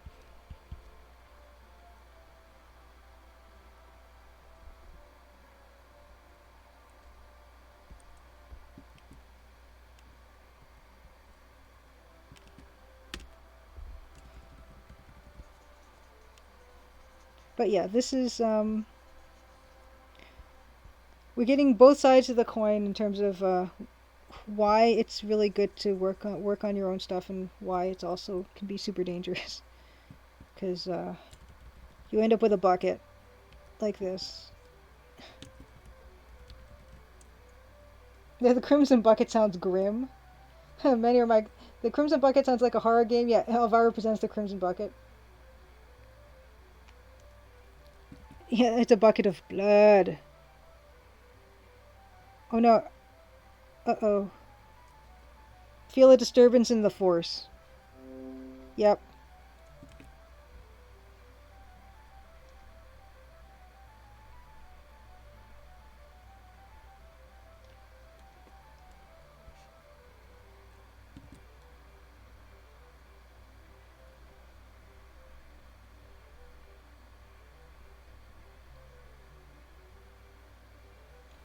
Hopefully I'm still here? I don't know. Oh my gosh. Photoshop today. Photoshop today.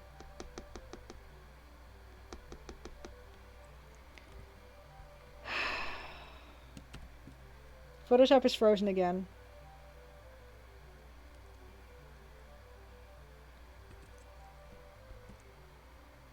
Yep.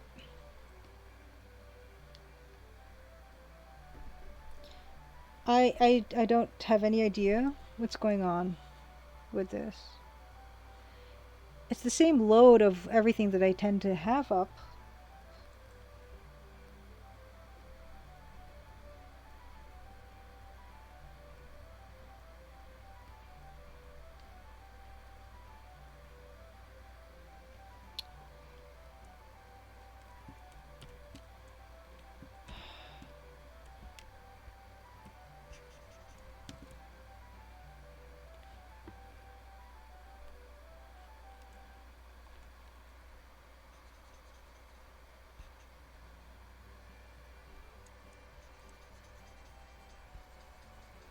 Hopefully I'm back? I don't know.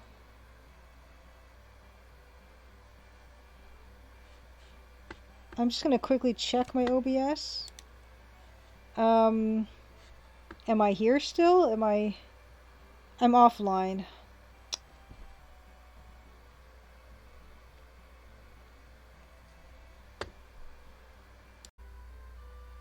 Okay. Am I back?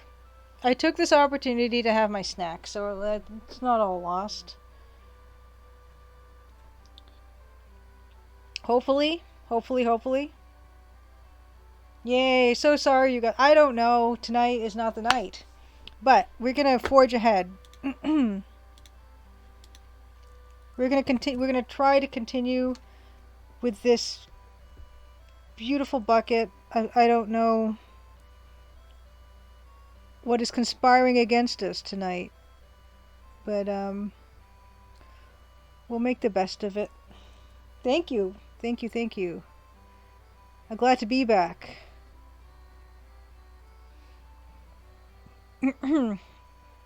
But yes, Julia did have her snack, so I'm gonna be all energized for Brunwald Castle.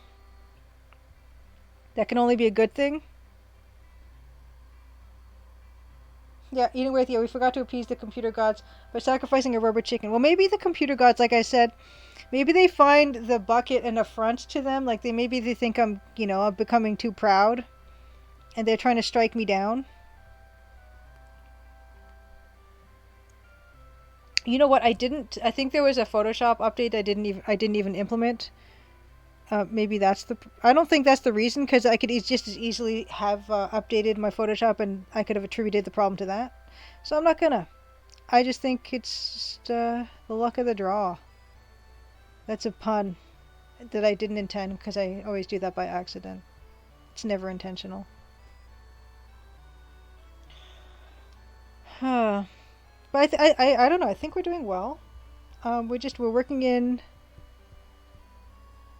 this idea of depth. I think is working for us more. Yeah, the flatness was bothering me, and I'm just taking those steps to ameliorate the situation. This should be a touch better. And then at 10:30, we're gonna be return to Castle Brunwald, aided with a walkthrough, a very nice walkthrough that looks very specific. I did take a look at a few different walkthrough versions, and some of them, they were asking me to do work and saying, well, you got to figure out, what's best with which guy. But the one I'm going from is very, do this with this guy, do that with that guy, and that's all I really want. The Draw, Neon Totem says, the Draw is a program for making anti art too. The Draw. I like that.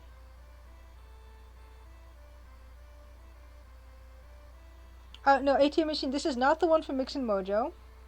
This is. It was actually on Adventure Gamers. The that was where I pulled the walkthrough from. And it just, yeah, it was extremely specific about what I should do with each person, with each like guard. So I'm hoping that'll win the day.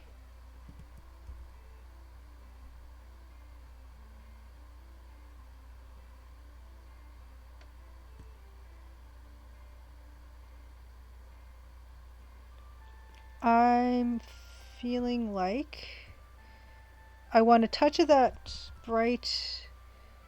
I want a touch of that brightness up here. So I'm just gonna hand dither. See if I like that.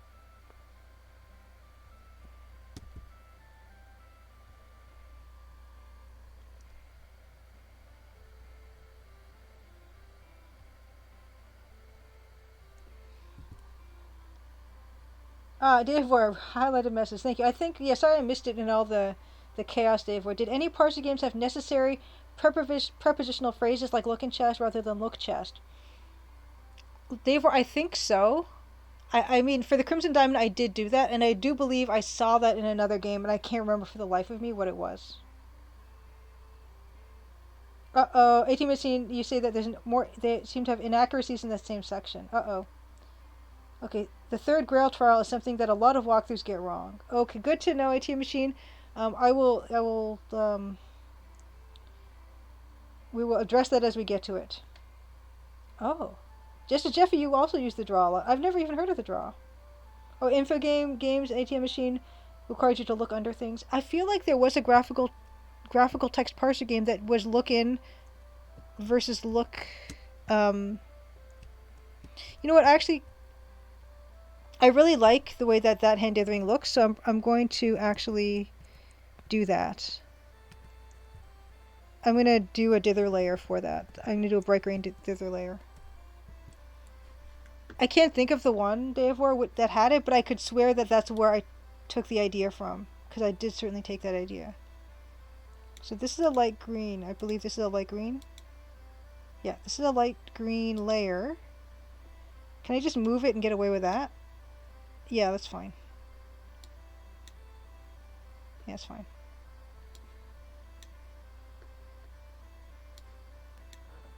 Pretty sure I didn't come up with that one on my own.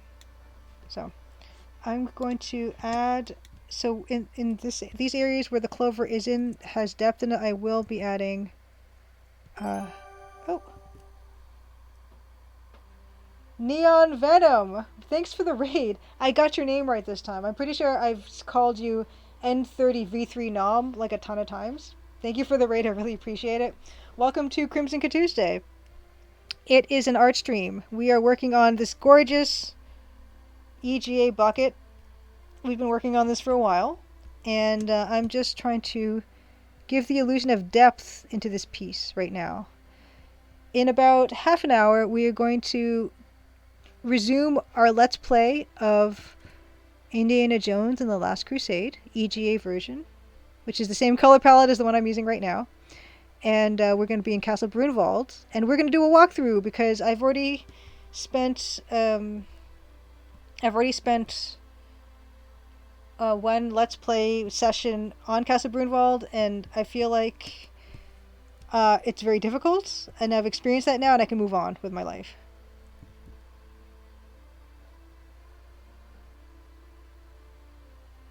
Cosmic Void 3 says COC. What's the acronym of COC? Cosmic Void 3. There was search well, look in well, look well wouldn't do.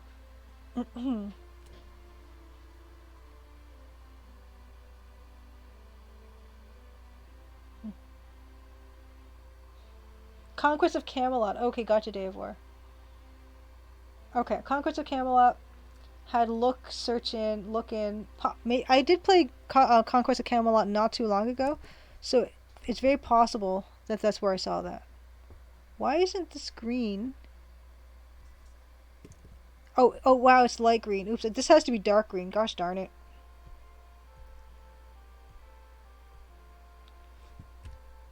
can I, is this gonna break anything badly? Yeah, that breaks stuff. This is, this is a mess. Don't even watch me do this. It's a avert your eyes kind of a situation. I have multiple layers of the same color dither. Many Mike says I like lenient text parsers. I get that memory capacity back then was limited, but a modern infocomp star parser game with a large amount of responses and aliases has so much potential. Yeah, totally. Mini Mike, I definitely think that the limited parser dictionaries had to do with technological limitations of that time. 100%. And so, for me, yeah, I totally agree. And that's why I love seeing modern text parser games because there's so much more that can be done with them. I mean, I'm not saying I'm doing like a ton with it, but the potential is there certainly. Oh, Karaslas, good to see you. And Karaslas says, yeah, I played one a while back. Now I've forgotten the name again. I have trouble at first because I kept skipping look at room or so. Yeah, Day of War. Yeah, like a text parser should return multiple solutions, possibly like want look in window to parse look window, but look in chest to parse look in chest. Yeah, like AGS has something where you can each one of those you can just treat differently. So it's really nice. Oh, there's something called Varicella. Adam Cotteray's Varicella had look at room. You keep thinking Versailles when you try to remember the name. Oh, even with original Colossal Cave had a tough parser. ATM machine, have a wonderful night. Thanks for dropping by and hanging out. It's always good to see you. Yeah, I think we're gonna have a good time now that we have the drop on those Nazis this time. You know, they're not even gonna know what's gonna hit them.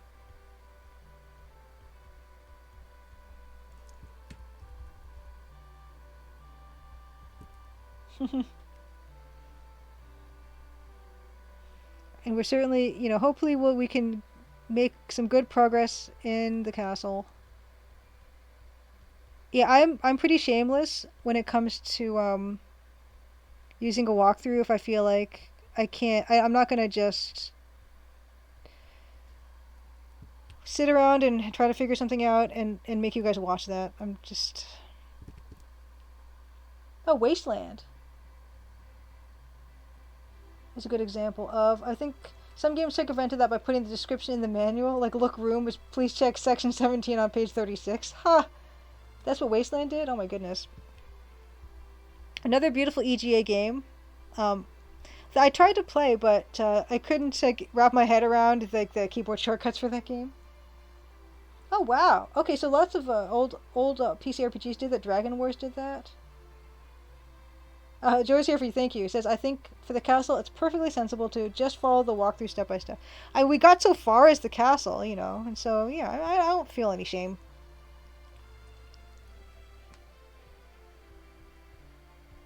It's fine.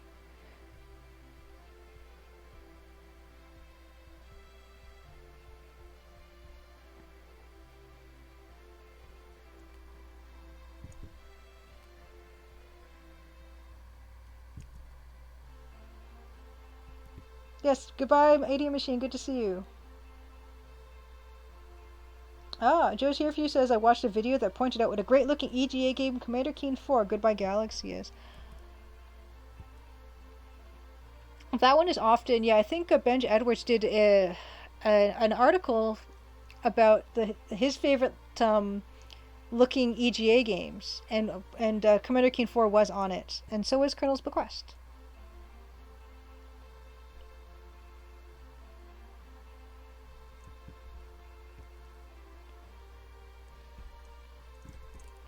And it is a good one.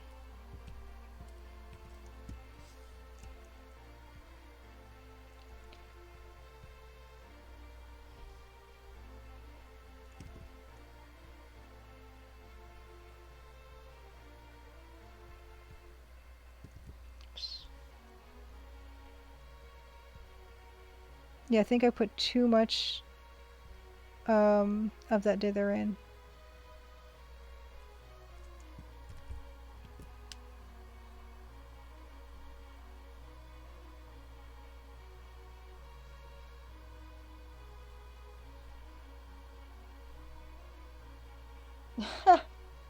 But Halton says, "Oh yeah, the conversation earlier reminded me. I want to make a dumb little game sometime where the joke is there's a hand cursor and a mouth cursor, but instead of doing what you would expect them to do in a point and click, the hand only makes you slap things and the mouth only makes you kiss things." I think that's fantastic. Well, Halton, I think it's wonderful.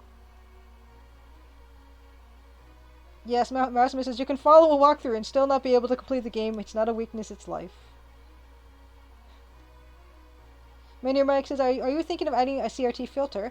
Think a slight CRT blur in the dithering mode games appear to have more colors than they actually had. I know there is, I do actually, funny you should mention that, because I do have the dithering filter on my taskbar, the CRT view here, and I can load stuff into this and kind of have fun with it. I don't know if that's something I will add to the game, if that's something I could easily do. I would be interested if it's something I could easily do. Yeah, yeah, Blahalton, you need to make that game where, yeah, like there would be like it could be even like a finger, like in some of the Sierra games, I feel like it was like a finger, and you could just poke things, or yeah, lick or kiss things, and it'd be fun to just solve problems like that.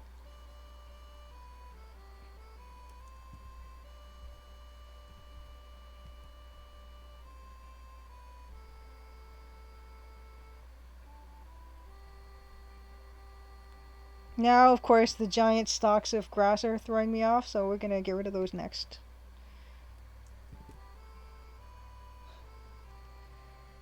I think it'd be wonderful, like a wonderful exercise to just to try to come up with puzzles where they're solved with something as specific as that. And I think that that's a fun way to add some kind of novelty to point and click games, is because we kind of take it for granted that the inputs are that those the stock ones, but there's no reason why they have to be. Yeah, unexpected results trope, exactly. Now, Joe's here for you. I have seen. I think Yahtzee Croshaw played that kissing RPG on PS2 called Tulip. It's not very fun to play though. I didn't even really watch them play it. I only kind of listened to them play that.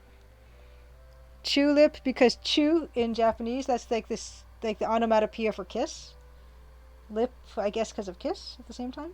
So the kissing subgenre wide open, absolutely. Yes, yeah, you slapped the door, it did not open. Oh, yeah. Instead of that, you'd have to like. I guess the pointing finger would be like for buttons, which would be almost too useful. Just one open-handed, just slapping at things. You can get through doors only one way because you can only push them.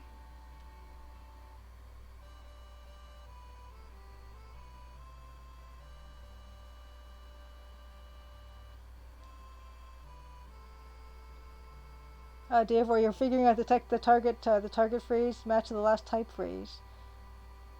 Crunching the type phrase to standard synonyms. That way, multiple target phrases like look in chest and look chest can both be mapped to the input phrase look in chest. Yeah, yeah, like you could do that in Adventure Game Studio. If you put something in square brackets, then it's something that if the player does not include, then it still parses it as if they had. So if you put look and then in square brackets in and then chest, if the player inputs look chest, then it'll do the same thing as look in chest. And if they parse look in chest, then that the same thing will happen.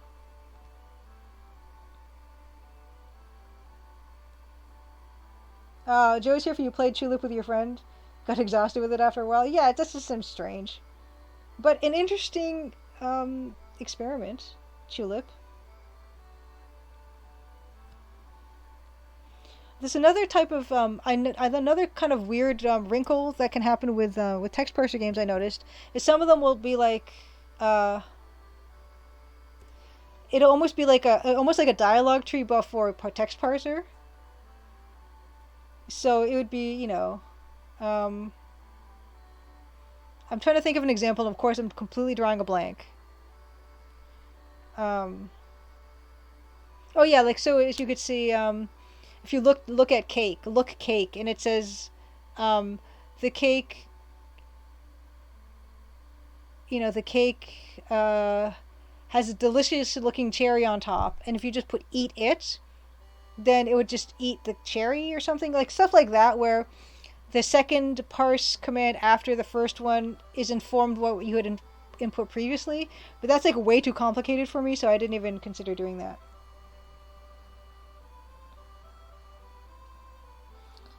Davor said, but how in an Aegis would you have look in and look be distinct for chest but identical for the window?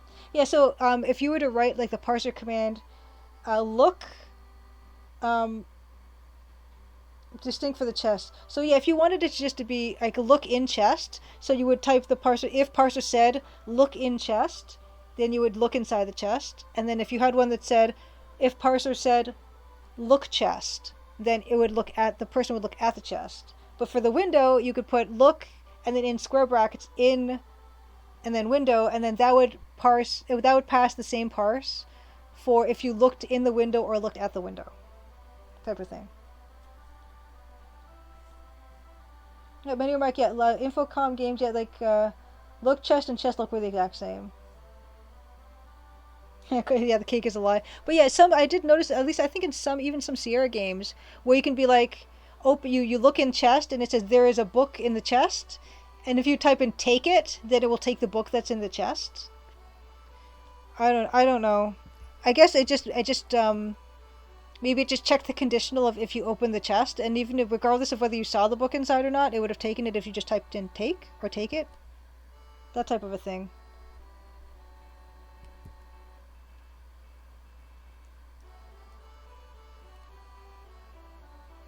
Yeah, so therefore there'd be a lot of like if parser said statements. It's not the most efficient way to do things, but that's kind of how I've been doing everything this whole time. So you seem skeptical, which is fine, totally fine.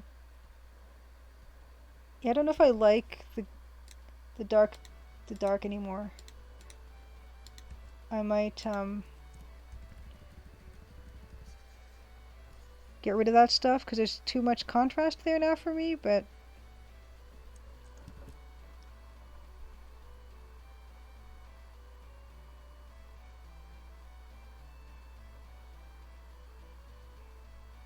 therefore says the parser in that case is probably trying to tag things as verb object, and the parser knows that it is replaced with the object of the previous statement. Yeah, something like that, Davor. Yeah, which as simple as that might seem to you, it's just like it's too complicated for me, so I just never did it.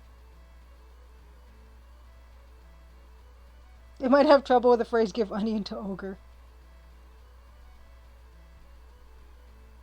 or if you say "look at onion" and it says this onion looks perfect to throw at an ogre, and then you would say throw it at ogre, then maybe it's a whole thing. Manual Mike says maybe have a context object that corresponds to it. So when I look at chest at the context, and the context object is a chest, and I open it and look inside, it's the book. Take it becomes take context object, which then becomes take book or take chest if not open. No idea if AGS can do that. Manual Mike, I don't know either. I'm not about to find out. I'm good. I'm good with what I've got so far.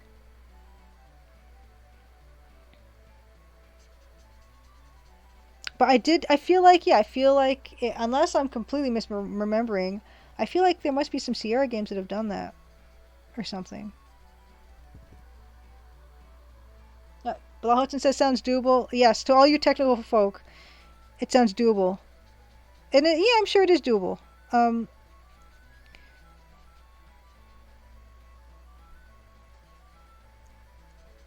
yeah, the Adventure Game Studio parser is remarkably flexible. I'm sure something can be arranged. I think anyone who is any good at programming would just wince if you actually saw my code. So that's another reason why I wouldn't show that part of the game too much.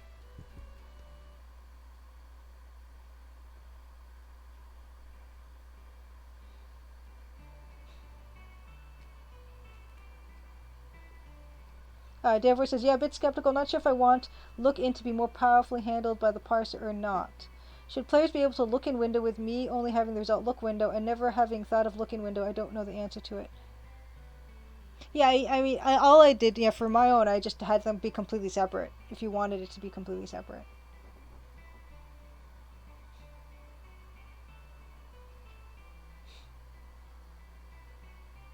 Pepsi Otaku says most programmers wince at their own code anyway. Yeah, it's it's very much a school of if it works, it's fine. And that's kind of how I'm operating.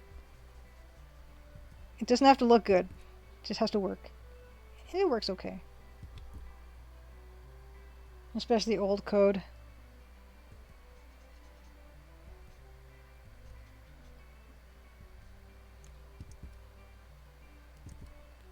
But I have said that is on my bucket list of things of wanting to do. Like I would love to learn how to program better so I can make beautiful, efficient, clean code that is easy to debug or is perfect every time or something. I don't know.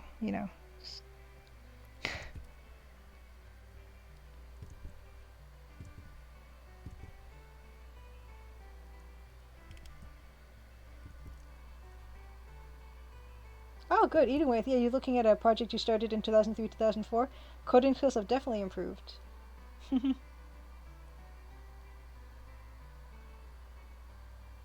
hoping to make a quick update eating with, but probably spend time to clean up the project. Yeah, perfect. I know perfect does not exist. I know. It's one of those like idle wishes. The only perfect code is deleted code. Dave says, "Yeah, I know it's a pipe dream, and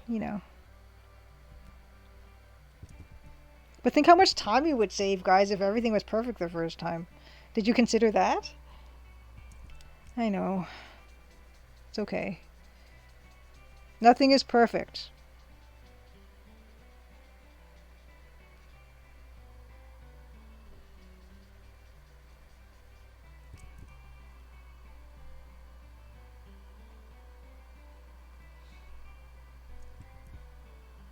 Oh no, Blahholz, you've been in a rut lately? Haven't been able to get much done on your game? Is it just because you don't have any ideas for it, or you don't have the energy at the moment, or too busy?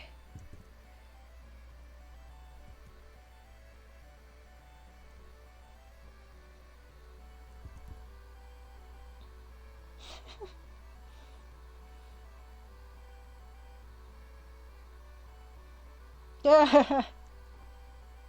Cosmic Void says perfect code would take too long to debug. Ooh, good point. I like that.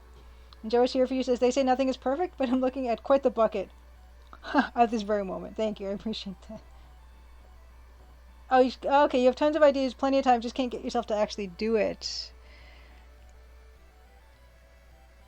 Sometimes when I'm feeling like that, you can sometimes kind of make a deal with yourself, and this sometimes works with other things, although maybe not with creative stuff as much. But if you say, okay, well, I'm just gonna just sit down at the computer for 5 minutes and just start working on it a bit, and if I'm not feeling it after 5 minutes, I can get up and feel no guilt, and sometimes that's enough to just get you sitting down at the computer, and then you kind of get on a roll.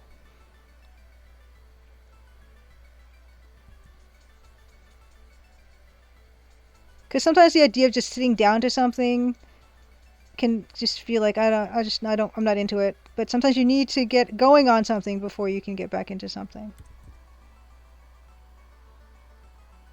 A Cosmic Void 3, I also love to delete lines that don't do anything or are redundant, or I've cleaned something up and it's fewer lines and it's beautiful. Oh, you tried that Blowholz and that whole 5 minute trick? Yeah, just gotta. Yeah, or you know what? Don't even think about it for a while. Maybe like if it's hobby stuff, then yeah, you don't necessarily need to force yourself. And Many Remark says, to be fair, no code survives the initial contact with users unscathed. It's kind of amazing how many different ways people can find to break your stuff that you never thought of yourself. I know that from experience from people playtesting like the demo and other parts of the game. They just do the most amazing things with the game, and I'm in awe.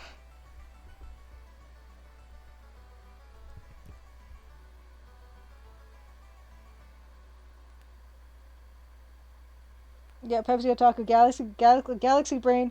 Users can't break anything if they don't make contact with your code. And from a creativity standpoint as well, the same can be said.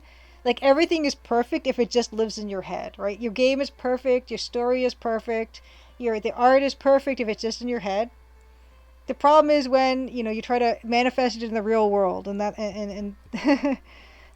where the issues start. But when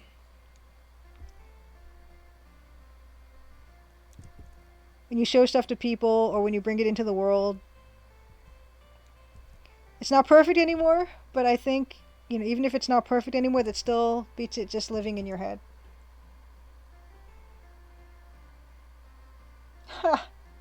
Maximus, I often have more commented out code than actual code. Too many ideas to let go of. Yeah, I don't want anyone to read my comments on my code because sometimes I get pretty salty about stuff.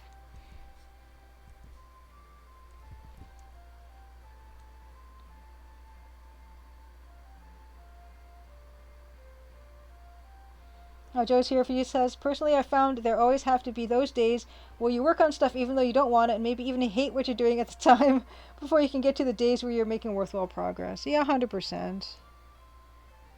100. Yeah, it's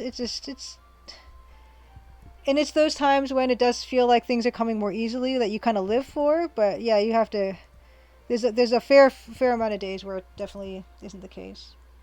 Yeah, eating with, yeah. It's that transference from out of the head which causes interference. Because when it's out of your head, it's not safe anymore, right? And it's not perfect anymore. Because then people can look at it and say, this doesn't work or that doesn't work. Because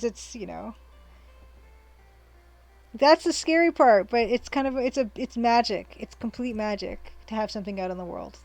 And it's not going to be perfect, but I don't know. There's something to be said for having something out. I say that, and while working on this bucket for forever.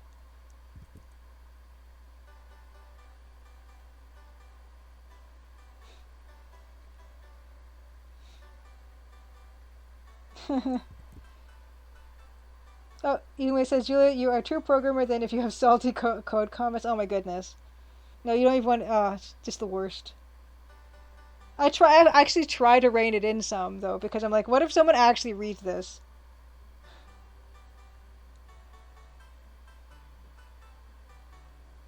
Yeah, sometimes it'll be commented. I know how sloppy this is, but I'm too stupid to think of the smart way to do this, so here we go, kind of thing. That type of a thing.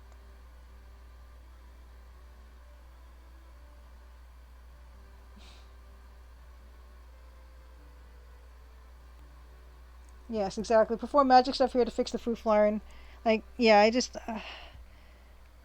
like I don't know why this has to be here, and it can't be somewhere else, but here we are, and I'm not gonna dispute it. But this is just a note to say that that's what we've done, or that's what I've done, and I'm just basically talking to myself. No one, hopefully, no one's gonna ever see my code, and commented out stuff.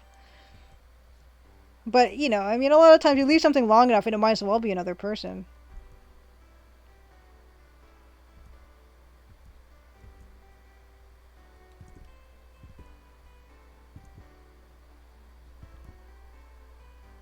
Yes, to do. Yes, fix this stuff someday. Yes, the to dos.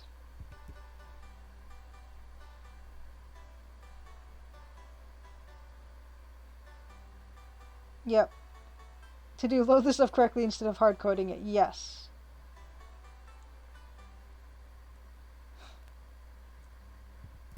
Oh, yes, someone's got a case of the to dos. Angels sound the trumpets of the apocalypse. Death rides on a pale horse. All the to dos are fixed. Yeah, I literally have something at the start of my game where I think I've said this on stream. I've got a sound of a door opening, and I have a comment saying, when you load the game, there's a sound of a door opening. If I don't have this here, I get a null pointer, and I don't care. There's a sound now. That's fine. I tried fixing it. I don't know why I can't fix it. I'm sure there's a really good, easy answer, but it's okay. It's fine. The sound of a door opening when the game starts. And of course, Grindeslav was trying to be like, well, it's a metaphor for people opening up the door to adventure. And I'm like, it just makes the game not crash. That's fine. Yeah, random null references. Yeah. And I get those more often with music stuff, music and volume stuff, because I understand that stuff the least. Eh. So yeah, when the game loads up, there's a sound of a door opening. Now you know why. Game won't work without it. Yes, Julia's fluent in code. Yeah, the null pointers are my favorite because I don't even know what that. Okay, I know what it means, but I don't like in deeply know. Like I know it means what you're doing is it's trying to point to something that doesn't exist. Fine, but conceptually, I'm like kind of sketchy on that still because I can't. There's not a deep because if I had a deep understanding of actually what that meant, I think I could fix it. But I know vaguely what it means, and which that's why I have to assign that property with that sound. It's okay. Oh, the door opening is a reference to. Is it America? No, AIM. Oh, the instant messenger. Very good. Yeah, Grindastov's program long enough to know that the best bugs are actually featured. I don't have any out of heap errors. My favorite ones are when I start doing while code or repeatedly execute, and the game completely falls apart because I've put it into some endless loop or something. That's fun too. Like this is now forever. This is your forever now. So the game self destructs.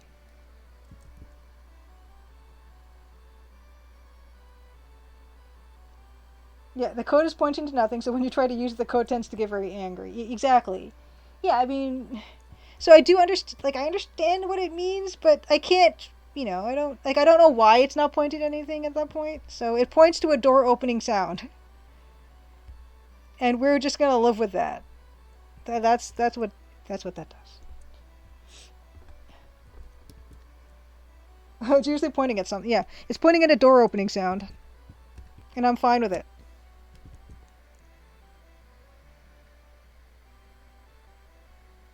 Like obviously I've like defined it like somewhere else. I don't know. I don't obviously. If I obviously knew, I could have fixed it, which I did not.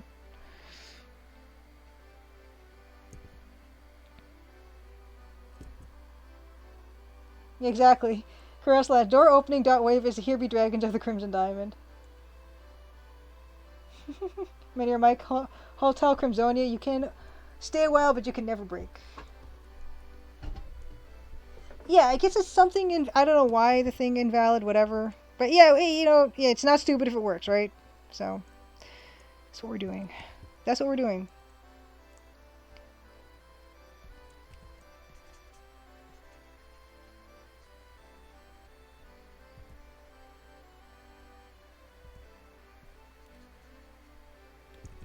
I feel really fortunate that yeah, there are people that know AGS way better than I do, like SH Don or Grindaslav or Dual Names or anybody who I can just kind of go, oh gosh, I have no idea what's going on, please help me. And they're usually really nice about helping, and you usually figure something out.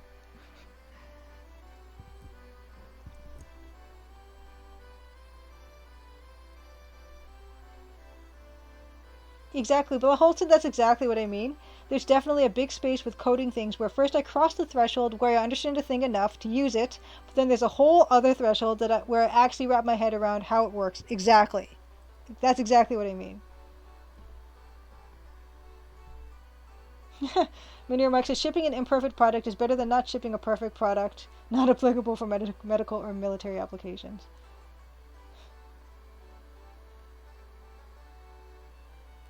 Ooh, dear boy, that sounds like an interesting bug. Start doing weird things like displaying save files as image data.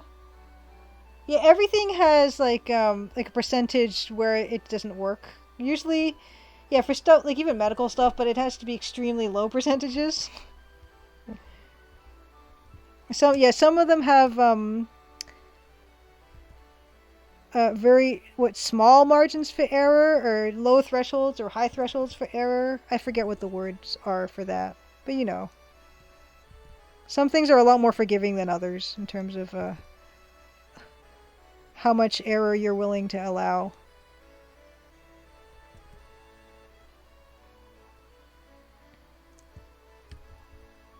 Or you're able to by law to allow.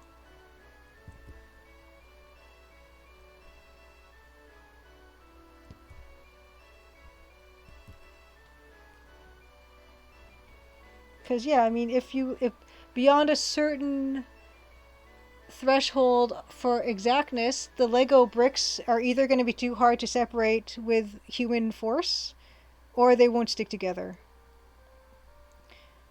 That type of a thing. Tolerances. Tolerances, I think, is the word I'm looking for.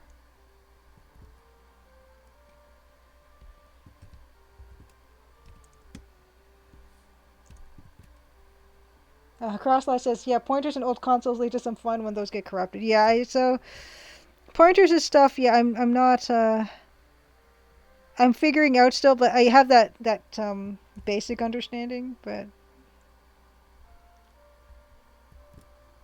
Oh, it's almost 10:30, my gosh. Time flies when you're... Whatever this is we're doing, overdoing something, I don't know. But I probably should keep the cattails are like way down here, and I should probably move them to the top. And I will actually name these cattails. Cattails, dark. Yeah, time flies when you put... I feel pretty good about this today. I mean, we didn't... We fixed a few things, like obvious things that were bothering us. So...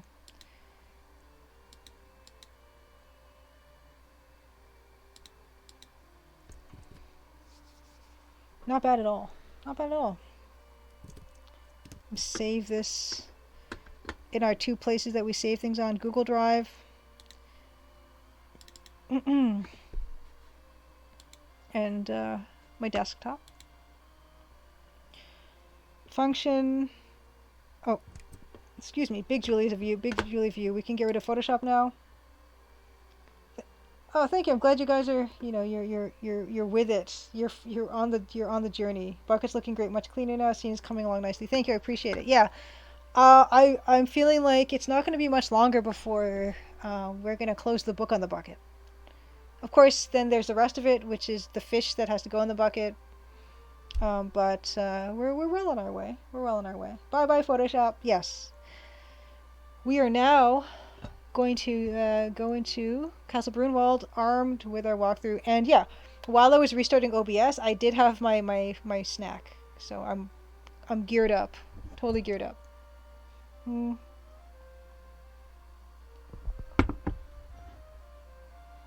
It would be the most fine fish to go in the most fine bucket. It would be funny if I kind of just left the fish as it is and just put it like... I won't, and I'm going to make the fish look nice, but I'm not going to make the fish look as nice. Probably. Yes, armed with the walkthrough in these fine leather jackets. Let's get to it. Show into Halloween. Yes, of course. The first thing is just a reminder that there is a premium physical edition for Space World and Organ Trading Simulator, which is a Switch physical edition, is available for pre-order. Also, the soundtrack on vinyl is also available for pre-order on Serenity Forge. And there is the Switch version is available now, and there are new storylines in the game. It's like free DLC. It just kind of gets implemented into the game as an update, I think. And there are some tie-ins to some franchises like Bugsnax, Inscription, and Among Us. So that's stuff to look forward to. Well, tag change. Thank you, Mousimus. Thank you. You're the best, Mousimus, because you know what I'm like.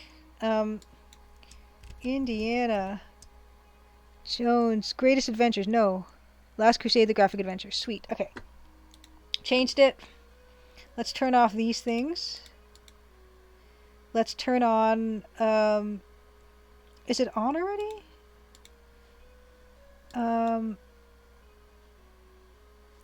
Okay, I gotta turn that on. I gotta turn it on. New LP. There it is. Okay. Yeah, I don't, for whatever reason, if the game has been kind of, loaded in the background, this happens, and I don't know why. We're just going to load anything, and then the screen will clear itself, so we'll be fine. And turn down the desktop audio. So this game is loud for some reason. Put the other music on pause. Okay, so Dave says, as far as I know, Null pointer is generally more of a special symbol the computer has to mark invalid data. You're not allowed to access a null pointer's data. An uninitialized pointer is for data, and the computer is not protecting thus. When you access it, who knows what could happen? This is the loading an image as an integer kind of thing. Oh gosh. Okay. Yeah, I mean, as far as I understand it, it works now. So, but like I said, we are going to load our first. We're loading our first castle, Castle Wolfenstein. Let's see. I was at Castle Inside. Punched one Nazi. Is it OMG new? I can't remember. Hold on. We're just gonna see what this is. Okay, no, it's not that. Load. Upstairs. No, more upstairs. Castle Inside. Is this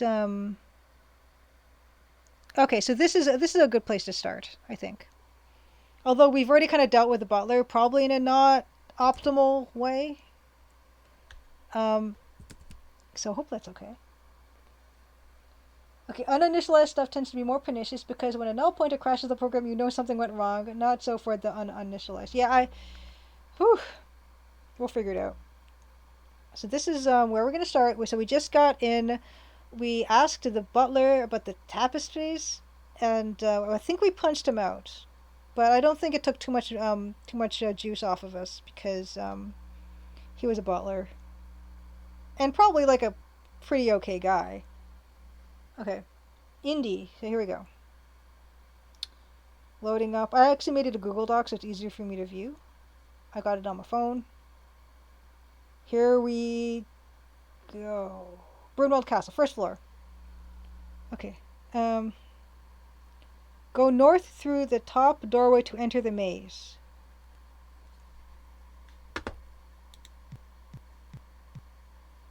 Okay. Okay. Okay. Go down to the corner, right to the junction. Go down to the corner, right to the junction. Down.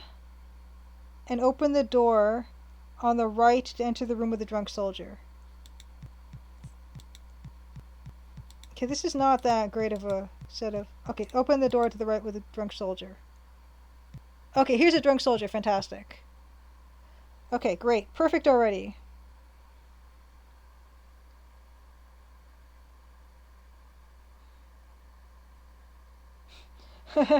Uninitialized stuff can make for some sweet bugs. Oh, scary bugs. Drunky McDrunk. Okay, so. Say, what are you doing here? Great. Okay. Okay, why are any of us put here in this life? Say, I didn't expect to find a philosopher here. Okay, great. I love this walkthrough. It's telling me exactly what I need to do. All short serving in this castle. Say, how is your commanding officer? Okay, great. Okay, absolute terror. You didn't hear it from me. Commander Vogel. We now have a name, Colonel Vogel. Talk to the soldier again. Who would know to do this? Talk to drunk soldier. And say, hello, how are you? And then say, may I get you another drink? Okay, so we get a Stein. Oh, Jim Matt says Vogel's the guy commanding the tanks in the movie that goes off the cliff. Love it. That's fantastic. Okay, so we're going to save over some of our old Brunwald stuff because we obviously are going to redo all this stuff. So, this is drunk guy. Drunk guy. Got Stein. Fantastic, Vogel. He went off the cliff. The whole castle is basically tons of trial and error, very CRS. Yeah, this is why we're not going to do that. We're just not. We're not going to... We tried. Hey, look, we tried a little bit, and now we're all business. Exit the room. It doesn't say which way to go. Oh, there's only one way to go in this one.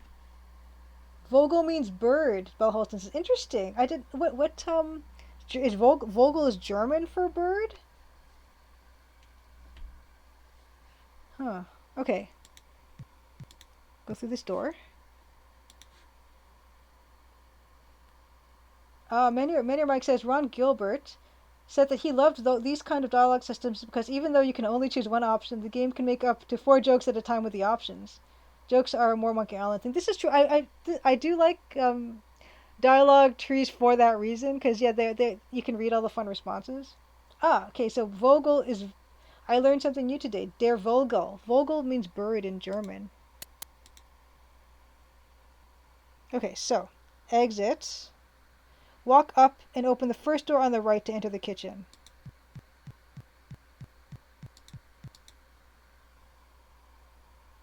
Oh my gosh. Ah, okay. Oh, this is so I love a kitchen. I'm sorry. I got really excited cuz I love kitchen so much. Oh my gosh. Okay. Save. Oh my gosh, this makes me so happy. This reminds me of the King's Quest 3 kitchen. I love Well, come on. Okay. Oh, der Vog. O is a different letter. Okay, so it's not pronounced O, I'm assuming. No umlaut though. Vogel means something. Oh, okay. I won't. I'm not gonna. I don't know what that means. I'm not. I don't want to say anything dirty in German. Poor Ron. I hope he stays strong. Damn the internet. Yeah, I don't actually. It's funny because people talk about. We can't look at any of this stuff. Yeah, people talk about the backlash that Ron Gilbert's been getting about Return to Monkey Island, and I'm happy to say, like, however I do my Twitter, like, I haven't seen any backlash whatsoever, and I don't need to tell me where to find it because I'm not looking for it. I just feel good about how my Twitter looks. Here's the keg. Look at the boar. Oh my goodness. Oh my goodness. It's a rotisserie. I want it. I want it. I want it.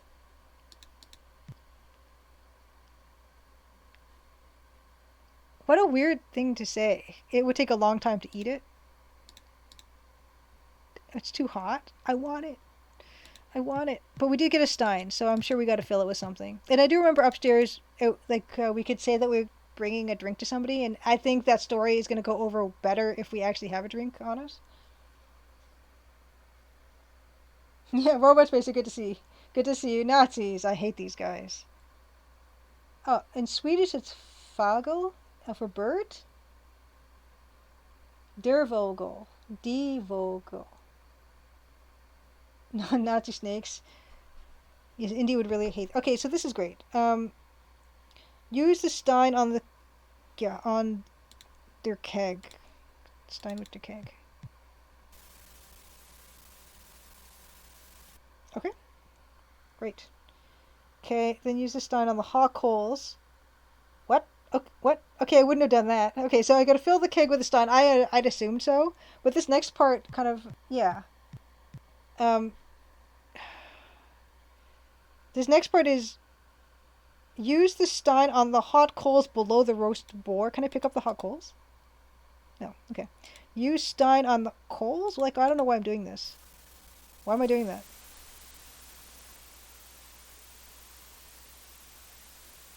Wait for steam to disappear, then pick up the roast boar?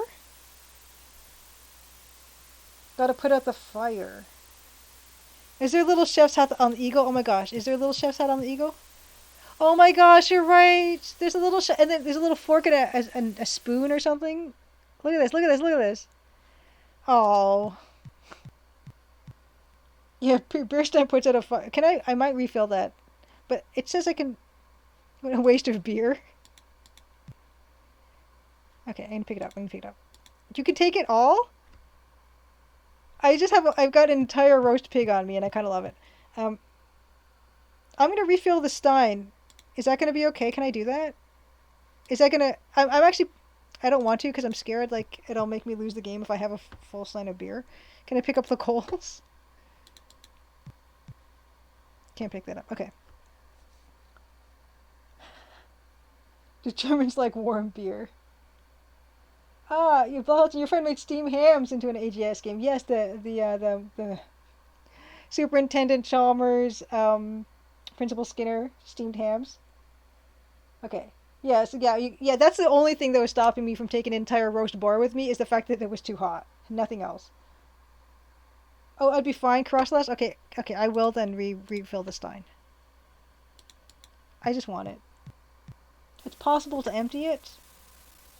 Adler Kosh Coke Eagle Cook. It's just funny. Okay, save. Okay, I got the entire roast boar. Yummy pork. I had pork for dinner tonight, actually. Okay.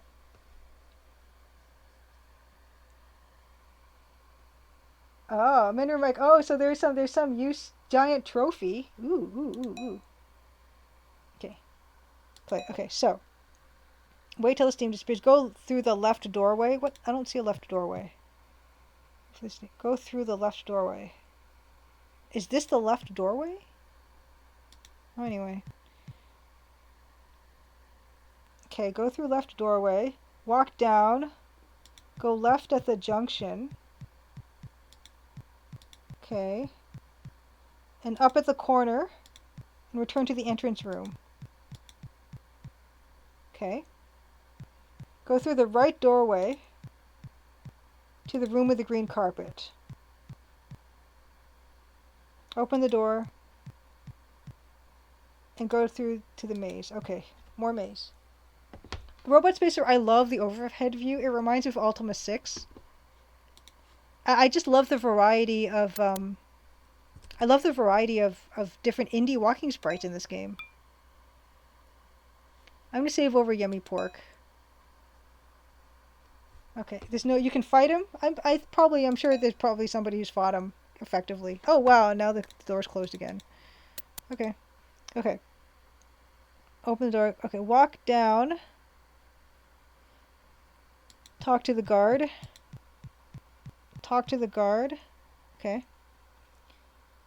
Say, where's the prisoner? I've come to interrogate him. Okay. Okay. I have to say I'm Gestapo? Yeah, after 30 years, safe to bet someone beat the big guy. Gestapo.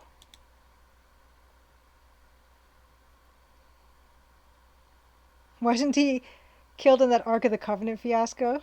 Was Dietrich in Raiders of the Lost Ark? How'd you know about that? Are you leaking information? Okay. So, guard will ignore Indy. Walk down and go through the first door on the left. Okay. Use the suit of armor at the right side of the room. There's no armor here. Walk down and go through the first door on the left. I'm lost.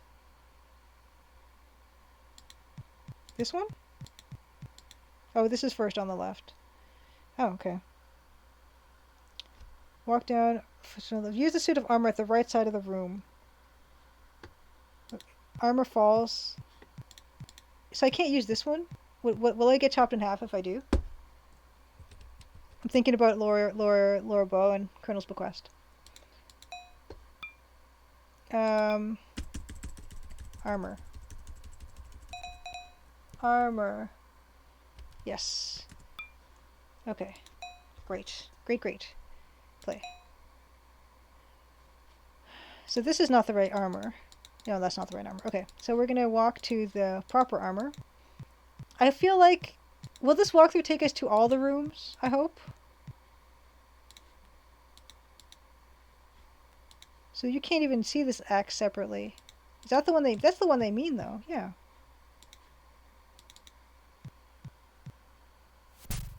Yikes. Okay. That was important. Okay. Exit the room. It doesn't say which way to exit the... Okay, well, there's only one way to exit the room. You can see how I told you guys my sense of direction is terrible. Okay, go through the door on the right to enter the closet. Okay. Great, get the servant uniform, which we've done before. Okay.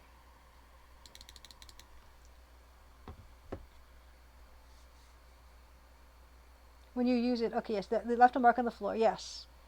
Sometime the mark will help you. Yes. I'm intrigued. Don't tell me because I am intrigued about how the mark on the carpet is going to help us. I love stuff like that. Servant uniform. Okay, great. Okay. Play. Okay. Go through the doorway. Walk up to the junction. Turn left. Meet another guard. Okay. Yep. See, I'm selling these fine leather jackets. So we already did that. We figured this guy out on our own, which I'm very proud of.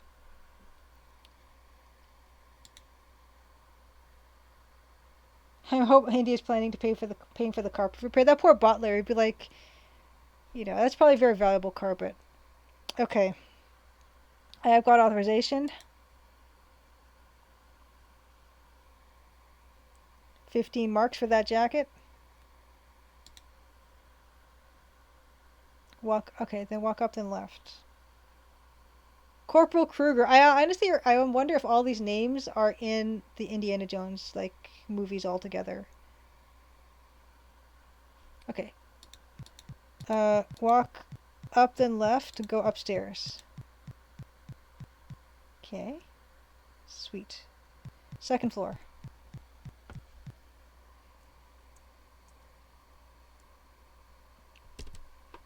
I save a lot, by the way. Oop. Oh no. I pressed the wrong thing.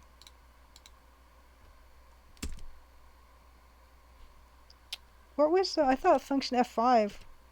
Yeah, what's happening? I thought function F5 was my the way I got my function keys going. What's going on? Oh, I can't. Oh yeah, I can't save in the hallways. That's right.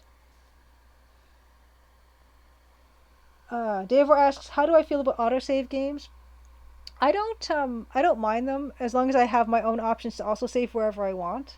So in the Crimson Diamond, there are some autosave points, but then you can save wherever you want to. I don't like only autosave. Yeah, Manu, get Infinity Mirror. We actually have Infinity Rooms. Yayoi Kusama. Yeah, Kusama. The modern artist. We have an Infinity Room here at the Royal. Oh, it's at the AGO or the Royal Ontario Museum. I forget which. I should know that. Okay, so go upstairs. Second floor. Go through the first door on the left. Use servant's uniform.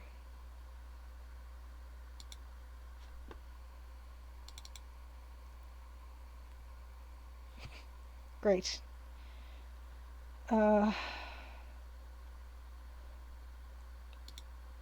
Walk down the corner and open the door on the right. The right? Walk down the corner. Okay. Open this chest, get the 50 marks.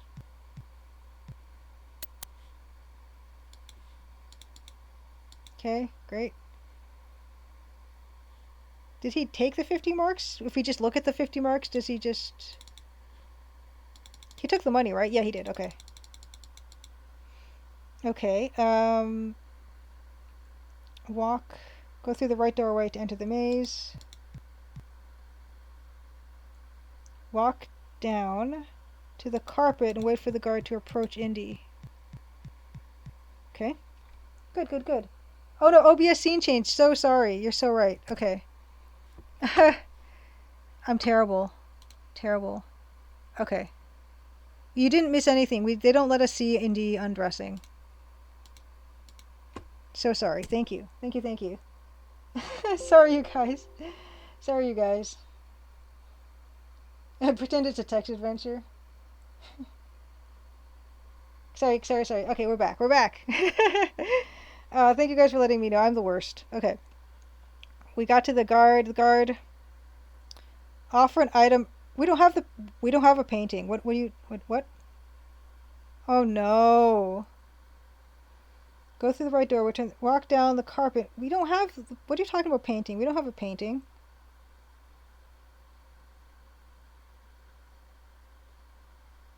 We don't have a painting. Yeah, blame the key. Blame the key bindings. No, I didn't get a painting from Dad's house. I didn't take any painting from Dad's house. It looks like we're gonna have to fight this guy. Then. Oh no, yeah, I didn't get the painting at Dad's house. Yeah, I got it. Okay, I got it. We're gonna fight it out. Okay. Okay.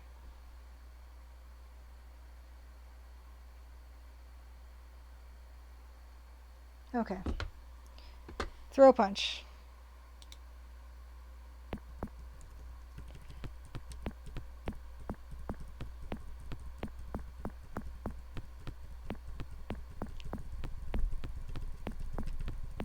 Oh no, we're so bad at this, you guys.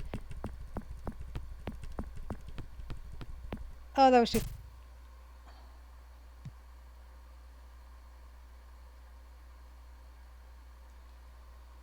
Oh boy. Yeah, there's a health kit on this floor. Oh, crosslash, thank goodness. I didn't realize such a thing existed. It sounds like a Minecraft noise. I only groin punches. No treasure, what a waste.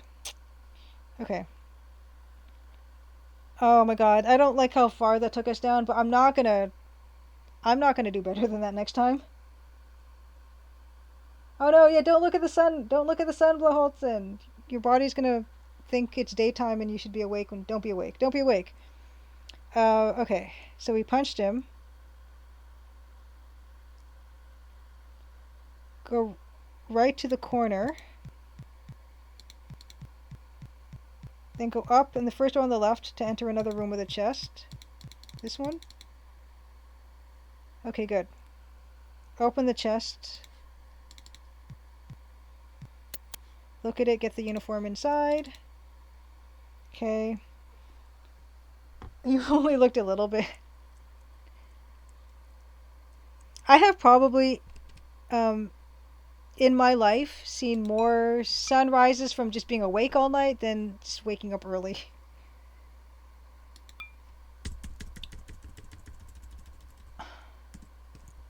Took a lot of punches.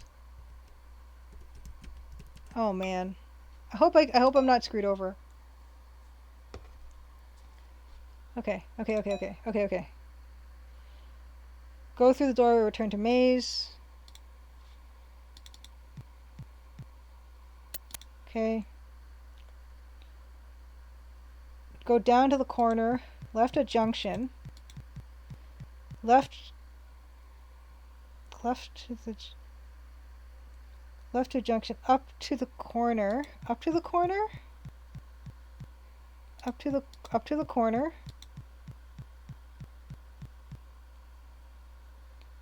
Go down to the left to the junction, up to the corner, left. Open the door to the left of the stairs, okay. Okay. And return to the empty room. Use Indie wear and Indie will return to his normal clothes. Indie wear by Lucasfilm.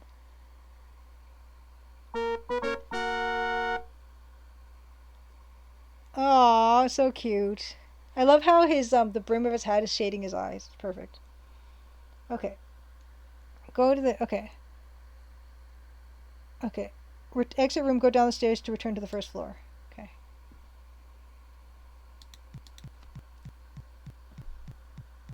That room looks kind of unfinished. First floor. Walk right to the corner. Down. Continue down the junction. Continue down the junction. First door on the right. This door? And enter. Look at the uniform in the inventory. Okay. Look, uniform in inventory. Way too small for me. Okay. Wait, there's something in the pocket. It's a key. Diegetic music. It isn't diegetic music like if it's part of the scene, but like if when the Indiana Jones theme played a little bit, it kind of came out of nowhere. Use the brass key on the gray uniform, pick up the gray uniform. Woohoo! Okay. I love how there is like costume changes in games. I know that's a lot of work because they have to make new sprites, but it's such an Indiana Jones staple to change uniform. Exactly. Copyright strike secured. Absolutely, Maximus. Absolutely. I know. I don't make any money on YouTube, so it's okay. It's fine. Go through the doorway to return the walk. Go back up the stairs. I can do that.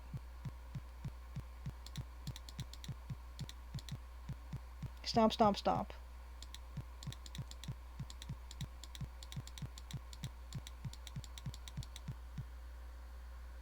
Walk down, right, down to the junction. Open the first door on the right.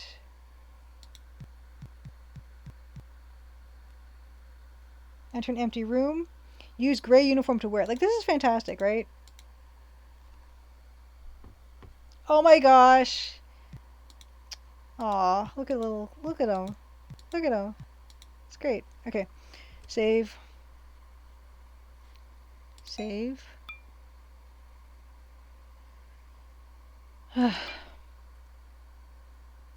Okay, I see. If he heard it, it's diegetic. Okay, I'm not too clear on that term. Um, dress up. Dressed up in gray. Yeah, Indy looks good in this game, doesn't he? Like although it's weird, it's just a bit weird. He's got black hair, but it's fine.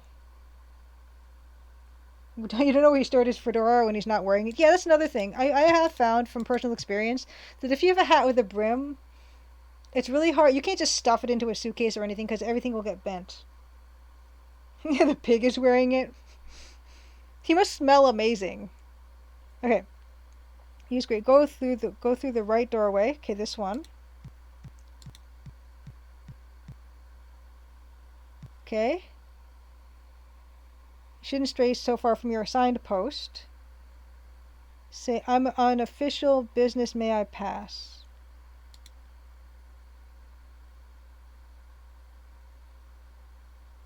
Yay, okay. May I open the left door, go through the doorway to return to the maze. He even shaved while dressing in the uniform. That's a good point, because he does kind of have like that 5 o'clock shadow when he's when he's Indy. Walk up to see the 3 doors. Open the right door to meet another guard. Okay, great. Say, greetings, my friend. How is sentry duty today?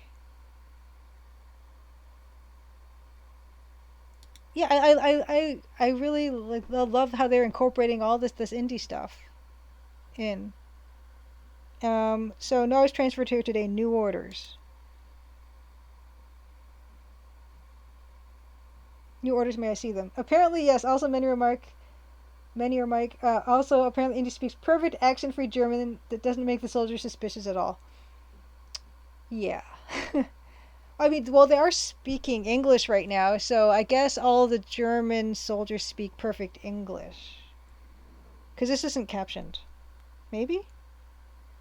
So certainly do have top secret clearance.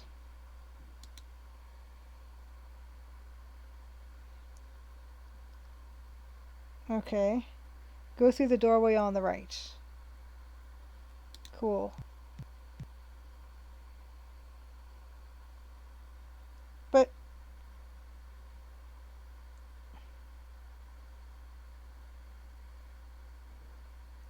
go down the junction. Okay. And right at the corner meet a guard. Okay. Oh wow, oh, interesting. Oh, come back here. We need to encounter you. Okay. So now we say, oh, greetings, sir. Okay. Say, greetings, my friend. How is sentry duty today?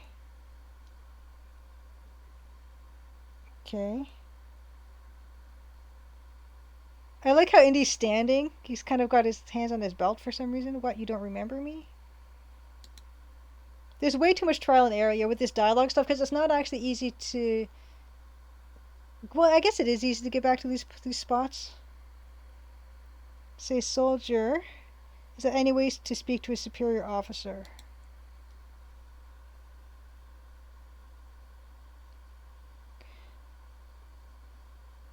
Minior Mike says, unrelated, but the one thing that makes Inglourious Basterds one of the best World War II movies is that it's not dubbed. Yeah, Germans speak German, Americans speak American, Brad Pitt speaks Italian. What does he say again? I can't remember. I can't remember how bad Brad Pitt's Italian was on that. Grazie. Christoph Waltz speaks French. Ridiculous ending or not, the movie's perfect because of that. Many are Mike. I love Inglourious Basterds a lot. I'll sit down and watch it anytime. Yeah, it's trial and error, dialogue trees, each and one for each guard. Yeah, exactly. This is a bit much, isn't it? Buongiorno. It's great. It's great. It's great. It's a fantastic. Yeah, Blood Holston, you think it's a fantastic movie? I think it's fantastic. It's so much fun. And yeah, just the pacing's amazing. The tension's amazing. Okay, Colonel Vogel. See, we learned about Colonel Vogel. Knows of me. Please call him right away. He's going to go over a cliff on a tank.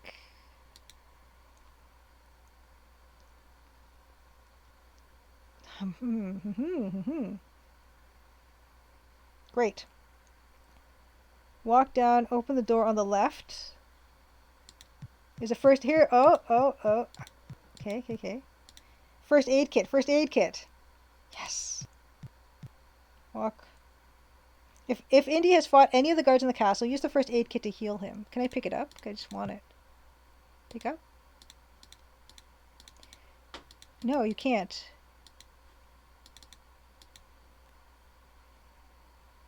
Oh, I feel much better now. Men here, Mike, you say, I remember basically saving every 5 minutes on an Amiga floppy disk. Oh, wow, you played this on Amiga. Reloading also took forever. It took weeks to finish the game, even though it's not all that long.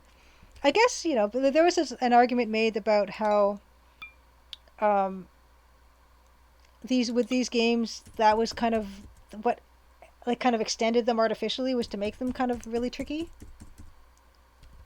First aided. Okay. Save. Okay. Great. Oh wait, I don't want to. I already did that. Play. Okay.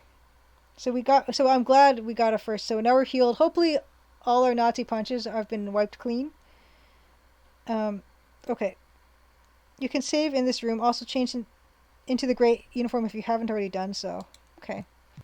Okay. Exit, return to the maze, walk up and go upstairs to the 3rd floor. This is very exciting. I'm enjoying this way more now. Okay. Walk to the left and talk to the guard. Yes, you. This is restricted, I mean a restricted area. Say, soldier, your pants are wrinkled.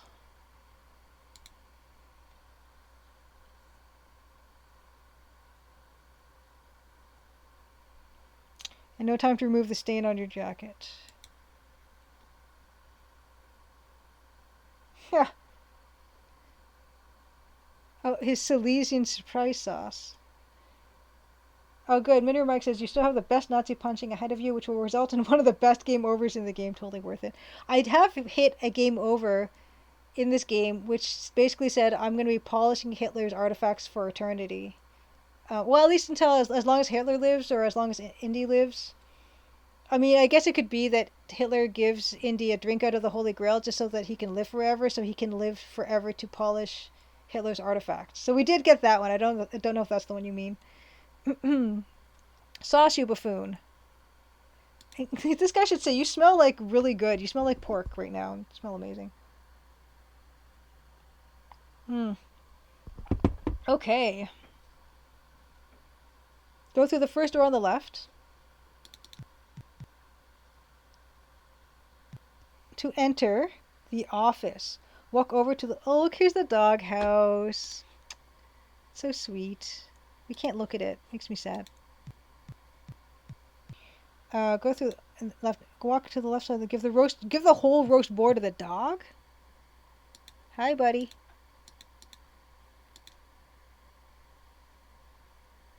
You can't even see the dog. Oh, here we go. Uh-oh. Okay. That's an interesting. That's an interesting sound.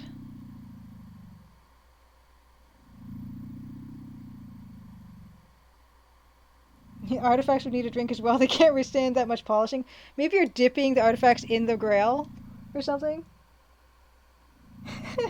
Manier Merc says the doghouse also looks more like one of the ridiculous Albert Speer Germania buildings. Yeah, I just thought it was a great, like, neoclassical doghouse. Drug piranha poodle. The whole roast boar?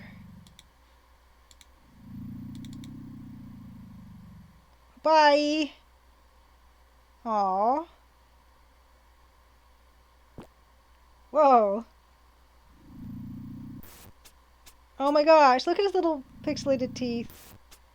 That's great. That's so cute. Okay. Pick up the trophy. Awarded to Cardinal Vogel for first place. Woo, 1937 Berlin Book Burning Contest category non-fiction. Okay, I kind of like that. That's a pretty good joke. I want to open up the filing cabinets. I want to open up the drawers. Yay!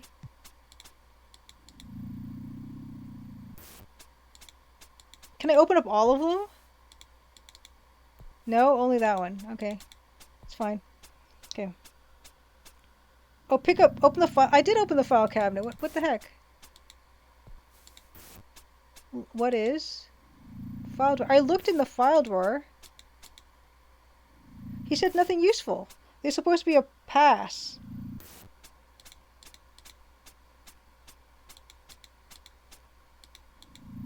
Okay. Yeah, Kima BG, good to see you. Yeah, it does remind you of the doghouse in Colonel's Bequest, because when you give that dog the bone, he takes it into his little doghouse. This is one of those problems when you didn't have the painting. Oh, because you didn't give the painting the event that puts the pass and more in the cabinet doesn't happen? Oh no. Oh no, Crosslash is saying, because I didn't give the painting to one of the guards, there's not a pass in here? Oh, that's not good. Is that a game-ending thing, Crosslash?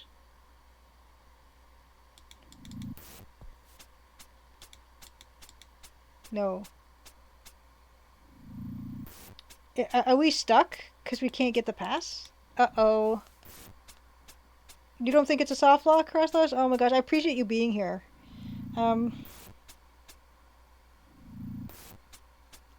Okay. Okay, I can punch or talk my way through the path. Okay, well, we're gonna have to. Bye, Dougie. Bye, Dougie. Also hints at the appearance of the grail at the very end of the game. Not certain of that. Oh, man. Well, as long as we're muddling through. Actually...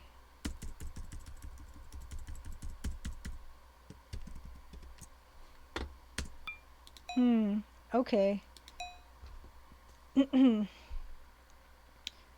Okay. Exit the room and go downstairs.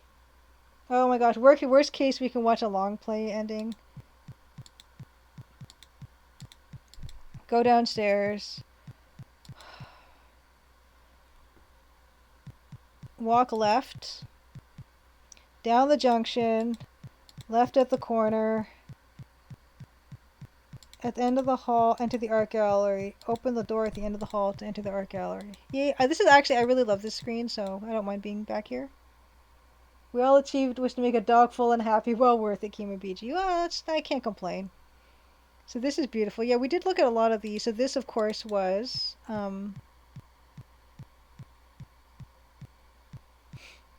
Maniac Mansion Easter egg. Dr. Fred and Nurse Edna on a wedding day just before leaving for America, which is really sweet. This one is German Country House. Yes, Ed and Edna. Edouard Manet's The Pfeiffer. Look. This art looks more like someone's drop cloth. I love this because it does show some of the beautiful colors of EGA and like the fact that this is all EGA. This is the best thing ever though. This Georges Seurat pointillism piece, so it's appreciated. Um, yes. This is some kind of aliens. Monsters from a cheap science fiction comics. This is Castle Brunwald. This is also a Maniac Mansion thing.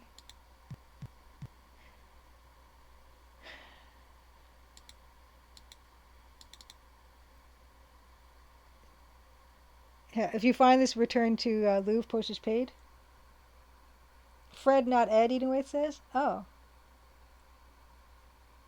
Oh no, I have the trophy here. Yeah, Maximus, I do. German country, how's your favorite style of music? Many remark, not really. This is amazing. Pointillism is pixelism. Yeah, I love it. Here's a picture of the Swiss Alps, looking like the Sierra logo. This is Seashore by Mark Ferrari. Yay! And then here's the paint by number. Giant Mona Lisa, beautifully dithered. Okay. Walk to the left side and push the large painting to reveal the vault door. Nice. Indy knows the combination to the vault as it was written on the pass. Oh, come on. Open the vault door. We can't. We can't, you guys. We can't. Hey, ATM Machine. Good to see you. So that was the loom painting. Yes. ATM Machine. Yes, absolutely. There's also painting on the far right of the room you'll see later on in this game. The safe. In the safe, this is a painting of the True Grail. Yeah, ATM Machine, we didn't get the painting, so we punched that guard.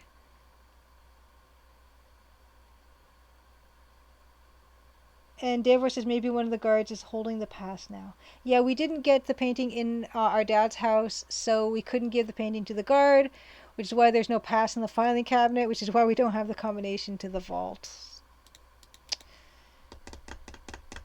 We can now figure out which is the correct grail. That sounds important. Yes, exactly. ATM machine. Yeah, yeah. People have said that the pass is in Colonel Vogel's office, but only if you gave the painting to the guard outside the painting room earlier. That means you'll have to guess as to which grail is correct later on. Is that a huge deal? Like, is it not gonna? Will it still let me guess? Even if I can't. I want to be. I know. I want to see what the vault looks like. Oh.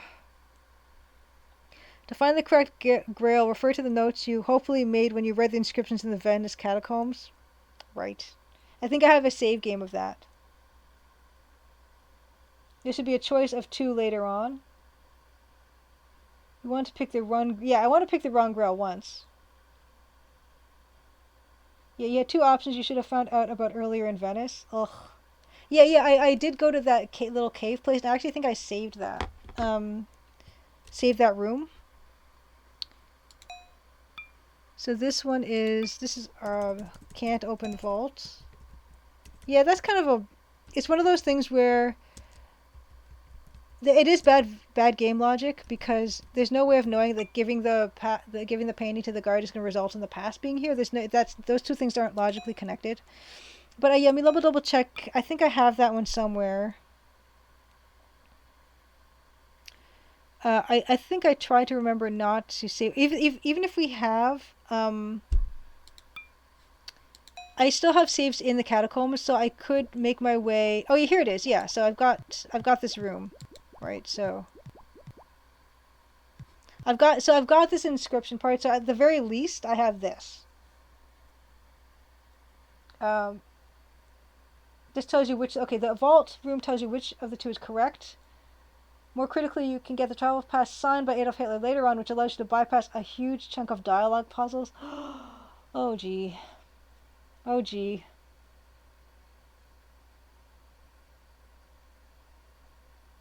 Okay, if you don't have it, you have to either talk or fight past a bunch of Nazis. Okay, well, I guess I don't mind doing that if I have to. But I will save this as do not, I'm going to save Drippity Drip. I'm going to save this as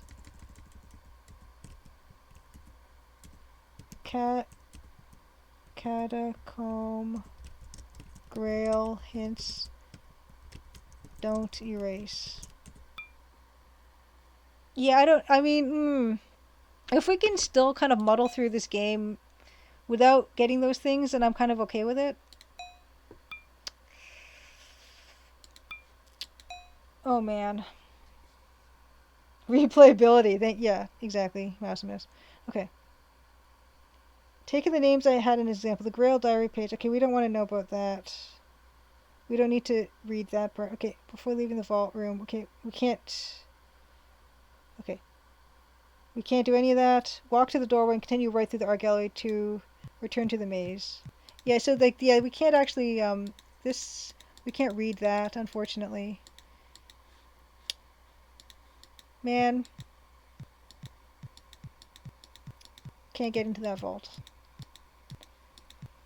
Maybe, maybe what I'll do, I don't know when I'll find that time, but maybe I can get us to that point again or something. Walk to the doorway, okay. Walk right to the junction. Up to the corner. Left to the corner. And up. Open the door on the left. This one? Oh, no. That wasn't empty.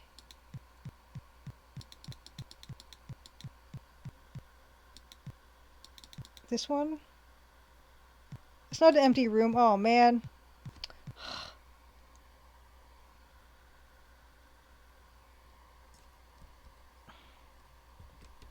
Why won't you let me save? Let's see how much health we have. Oh, wow. Yeah, it did give us full health. But yeah, I didn't go to the right place. Oh, man. Yes, IT Machine, I found the manual in the Venice Library. I did. So this is that whole game end that we did. Not bad. But yeah, I just went to the wrong room. Yes, we did get the manual in the Venice Library. Manual Mike says, it's interesting, Monkey Island came out only 1 year later, but there's a huge difference in game design from Maniac Mansion, Zack McCracken, Last Crusade, and the Monkey Island later games. No soft locks, dead ends. Okay, so ATM Machine says, biplane manual opens some additional gameplay options that combined with the pass make the final section much easier. Oh man. I gotta open up my this again. Section 4, row 0, column 5. Ugh. I don't know why this exited out. Section 4, row O, column 5. 1, 2, 3, 4.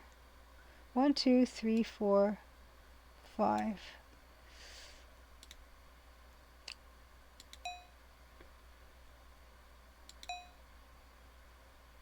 Mm-hmm.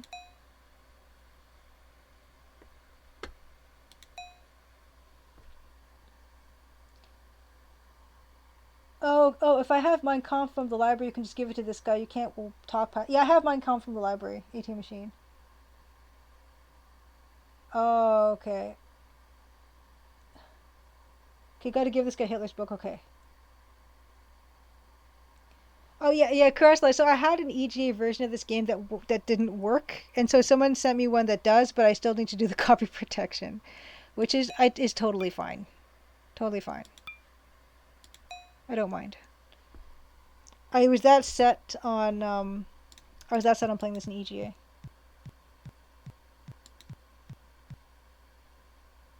By the way, if you have any saves from before finding the King's Casket in Venice, you can head back outside and travel back to the US to pick up the painting if necessary. EGA, thank you, Carlos. EGA is the correct choice. So you're saying that if I have any saves from before finding the Knight's Casket. Yeah, I do. I do, but like this playthrough, this is after that. But yeah, I can easily salvage it, kind of. Okay. Walk right. Okay. Okay. Return to the maze. Walk right to the junction. Oh wait, this one. Walk right to the junction. Up. Left to the corner. Up. Open the door on the left. We got to change back into IndieWare. Yeah, there's no way I would have done this on my own. Right before you open it. 18 Machine, thank you for all your help. Honestly, like, every little bit counts. Have a great night. Before you open it, you can still head back and get the painting. I might just struggle through. Like, as long as it's not game ending, I'm kind of okay with it. Save. I appreciate all the help. Here's the tomb of Sir Richard. Took a lot of punches. This is no longer the latest, is it?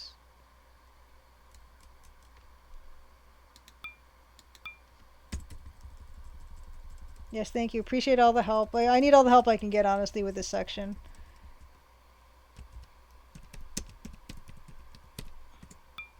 Whatever, Caskey's fine. Okay. Exit room, go upstairs. It's almost time. We're almost going to call it soon.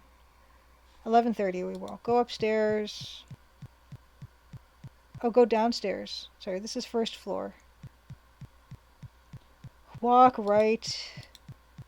Down the corner. Right. To the junction. Oh. No, that's not what I wanted.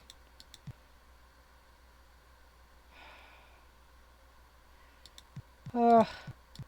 Ugh. Okay, walk right. Retracing my steps. Walk right. Down to the corner. Right through the doorway. Oh, okay, top left corner to return to the maze. Okay, I was right. Walk down to the corner, right to the junction and up. My gosh. My gosh. Open the first door on the right. Oh, return to the first door on the right to return to the kitchen. Yes, I can use the trophy on the spigot. Very good. Is it possible to fly all the way back to the dad's place just for a picture? We can try that. We're pretty close to the opening. Use the older save, play through this bit to see the picture of the grill, and return to the current save too. Oh, okay, I gotcha. Okay, so that doesn't change then.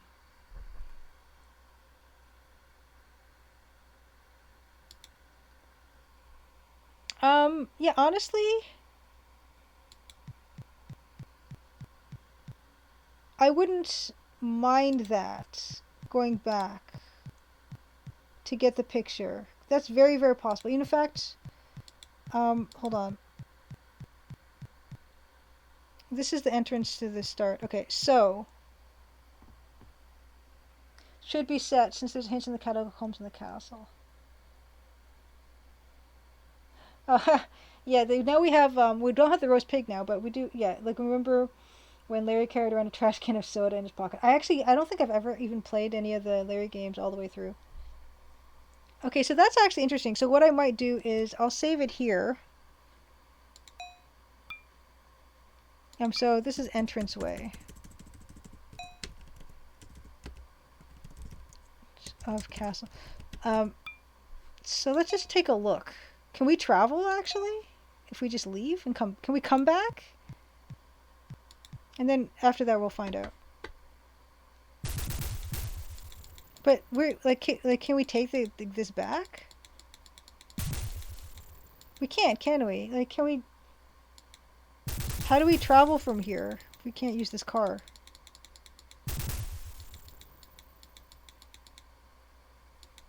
Do we use the motorcycle or something?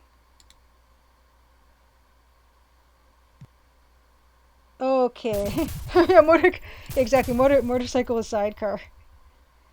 Okay, we can't leave the castle. We're locked out. Here's the old motorcycle. I want to use it so badly, but it's not going to let us. Okay, Indy won't leave with us. Okay, yes. So we are locked in. We are locked in. That's okay because I do have an earlier save, and I can check that stuff on my own independently, and we won't have to like lose too much time. So it's okay. It's okay. It's not that bad. So let me just get to a room on this. Then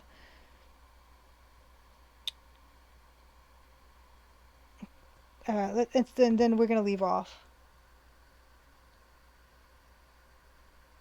Goman-sama, oh my gosh, you made some Crimson Diamond art during the stream. I would love to see it. Absolutely. Absolutely, without question. That's the best thing ever. Thank you. Oh my goodness. Where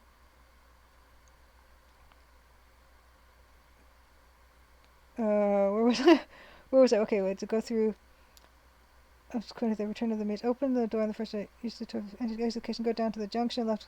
Go through the doors to the entrance room. Then go to the top right doorway to the maze again. We got to get upstairs to the second floor. Scan it. Oh my gosh. Oh my gosh. That's fantastic. Oh, I think.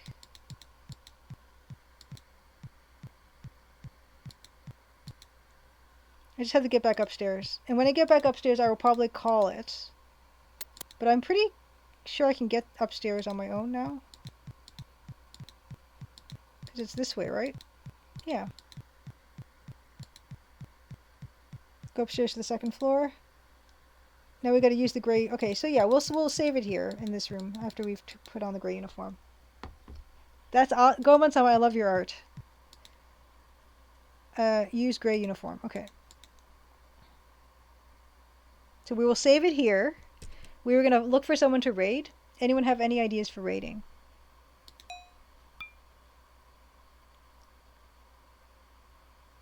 Okay, so can't open vault, so we don't need this one. Up. So this is latest. In gray uni. Need to get painting. Pa. Okay, so that's where we're gonna leave off. But yeah, I'm pretty. We got to see a lot thanks to the walkthrough, and thanks to you guys and your insight. I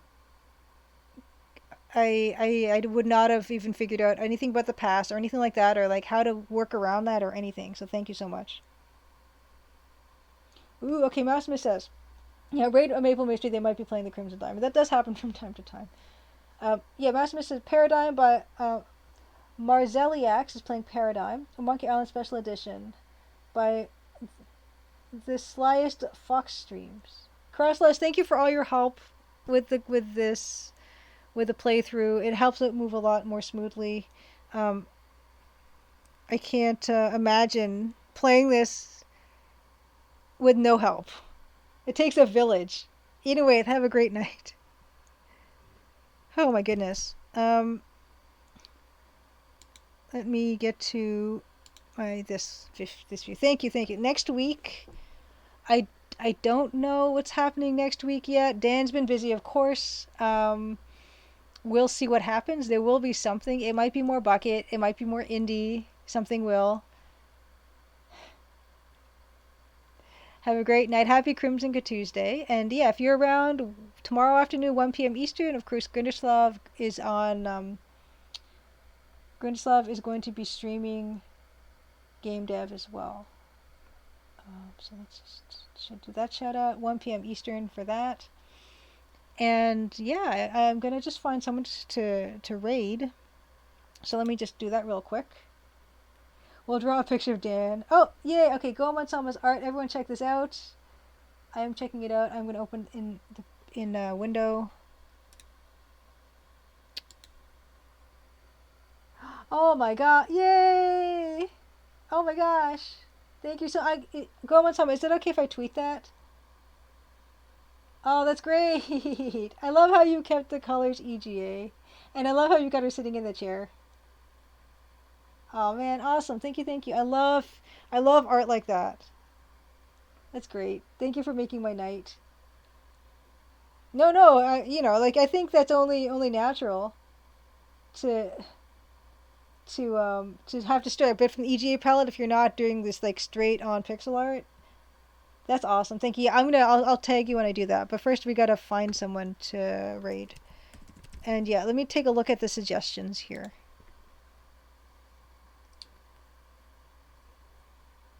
Let's see. Okay, Paradigm Monkey Island Special Edition. I might say Paradigm because I think there was something about how it's free or something on Epic, or I don't know where. I saw that on Twitter. I don't know how long that was for. But let's check out Marzeliax.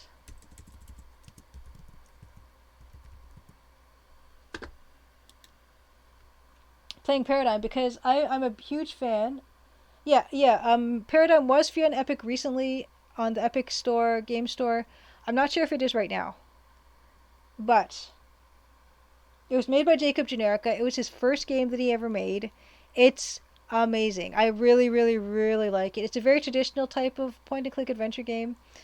It looks amazing. It could not be cooler. Yes, yes, yeah, Mouse. We rated Jacob Generica's stream once. He was doing a Pomodoro stream, which if you don't know what it is people will work steadily for like 15 to 20 minute increments, and then like not talking or anything like that, just working. And then he's streaming. People stream this type of thing, so they know people are watching, and so it keeps them focused on what they're doing. So we did raid him once, and not realizing he was doing a Pomodoro stream. Yes, it's a great game. I wholeheartedly recommend. It's beautiful. And Jacob's a great guy. He's working on a dungeon game. It's called Dungeon Experience, I think. Oh, wow, Dave, you're practicing Super Mario 64 right now? Yeah, so we're going to totally raid Marzeliax, who is playing Paradigm. Please play it on your own if you get a chance. And if it was free on Epic, absolutely pick it up there. Yes, Dungeon Experience by Jacob Generica looks amazing. We're going to raid him. Our raid message is going to be Crimson, Diamond, Raiders, Love, Paradigm, Hooray, and whatever emoji things you have, or something. Go on, someone. Thank you so much for the art. When I finish rating and getting all that stuff done, I'm 100% gonna tweet that image. It's fantastic. I love it. Thank you so much. Happy Crimson Tuesday to you. Happy Crimson Tuesday to everyone. Happy Crimson Tuesday. I don't know if any Patreon people watch this, but thank you so much to Patreon as well. You, my patrons on it, for your support too. I forget to do that a lot, and I should do it more often. It makes a huge difference to me. So thank you. Many or Mike, thank you so much. Welcome to our chat, and I'm so glad you got to be here and to just hang out and talk to all of us because I love doing this every week. It's a real bright spot socially for me, and I do get a little bit of work done here and there. So thank you, thank you. Happy Crimson Tuesday, all. I gotta set this up to raid because I actually forgot to do that because this is my first time raiding anything.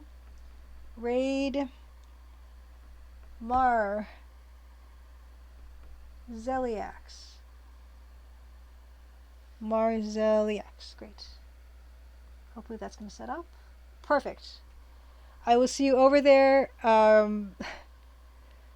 Heartily recommend Paradigm. And see you next week. Robot Spacer, great to see you. Hope you're enjoying Gabriel Knight 3. 2 or 3 were you playing? I can't remember. I don't know at what point of the Gabriel Knight series you're on right now, but I always enjoy watching your streaming too. But yeah, happy Crimson Tuesday. Have a great rest of your week, everybody. See you next week. We'll do something probably involving a bucket at least a little bit. You're on 3. Robot Space are fantastic. I hope you like it. I hope you're liking it. I know it's 3D, which it's a hard time for 3D at that time. So I hope at least there's a lot going for it otherwise. But good luck with it. See you guys over on Marzeliax Paradigm stream. And I think we're all set up to raid. So have a great night and see you next week. Rating.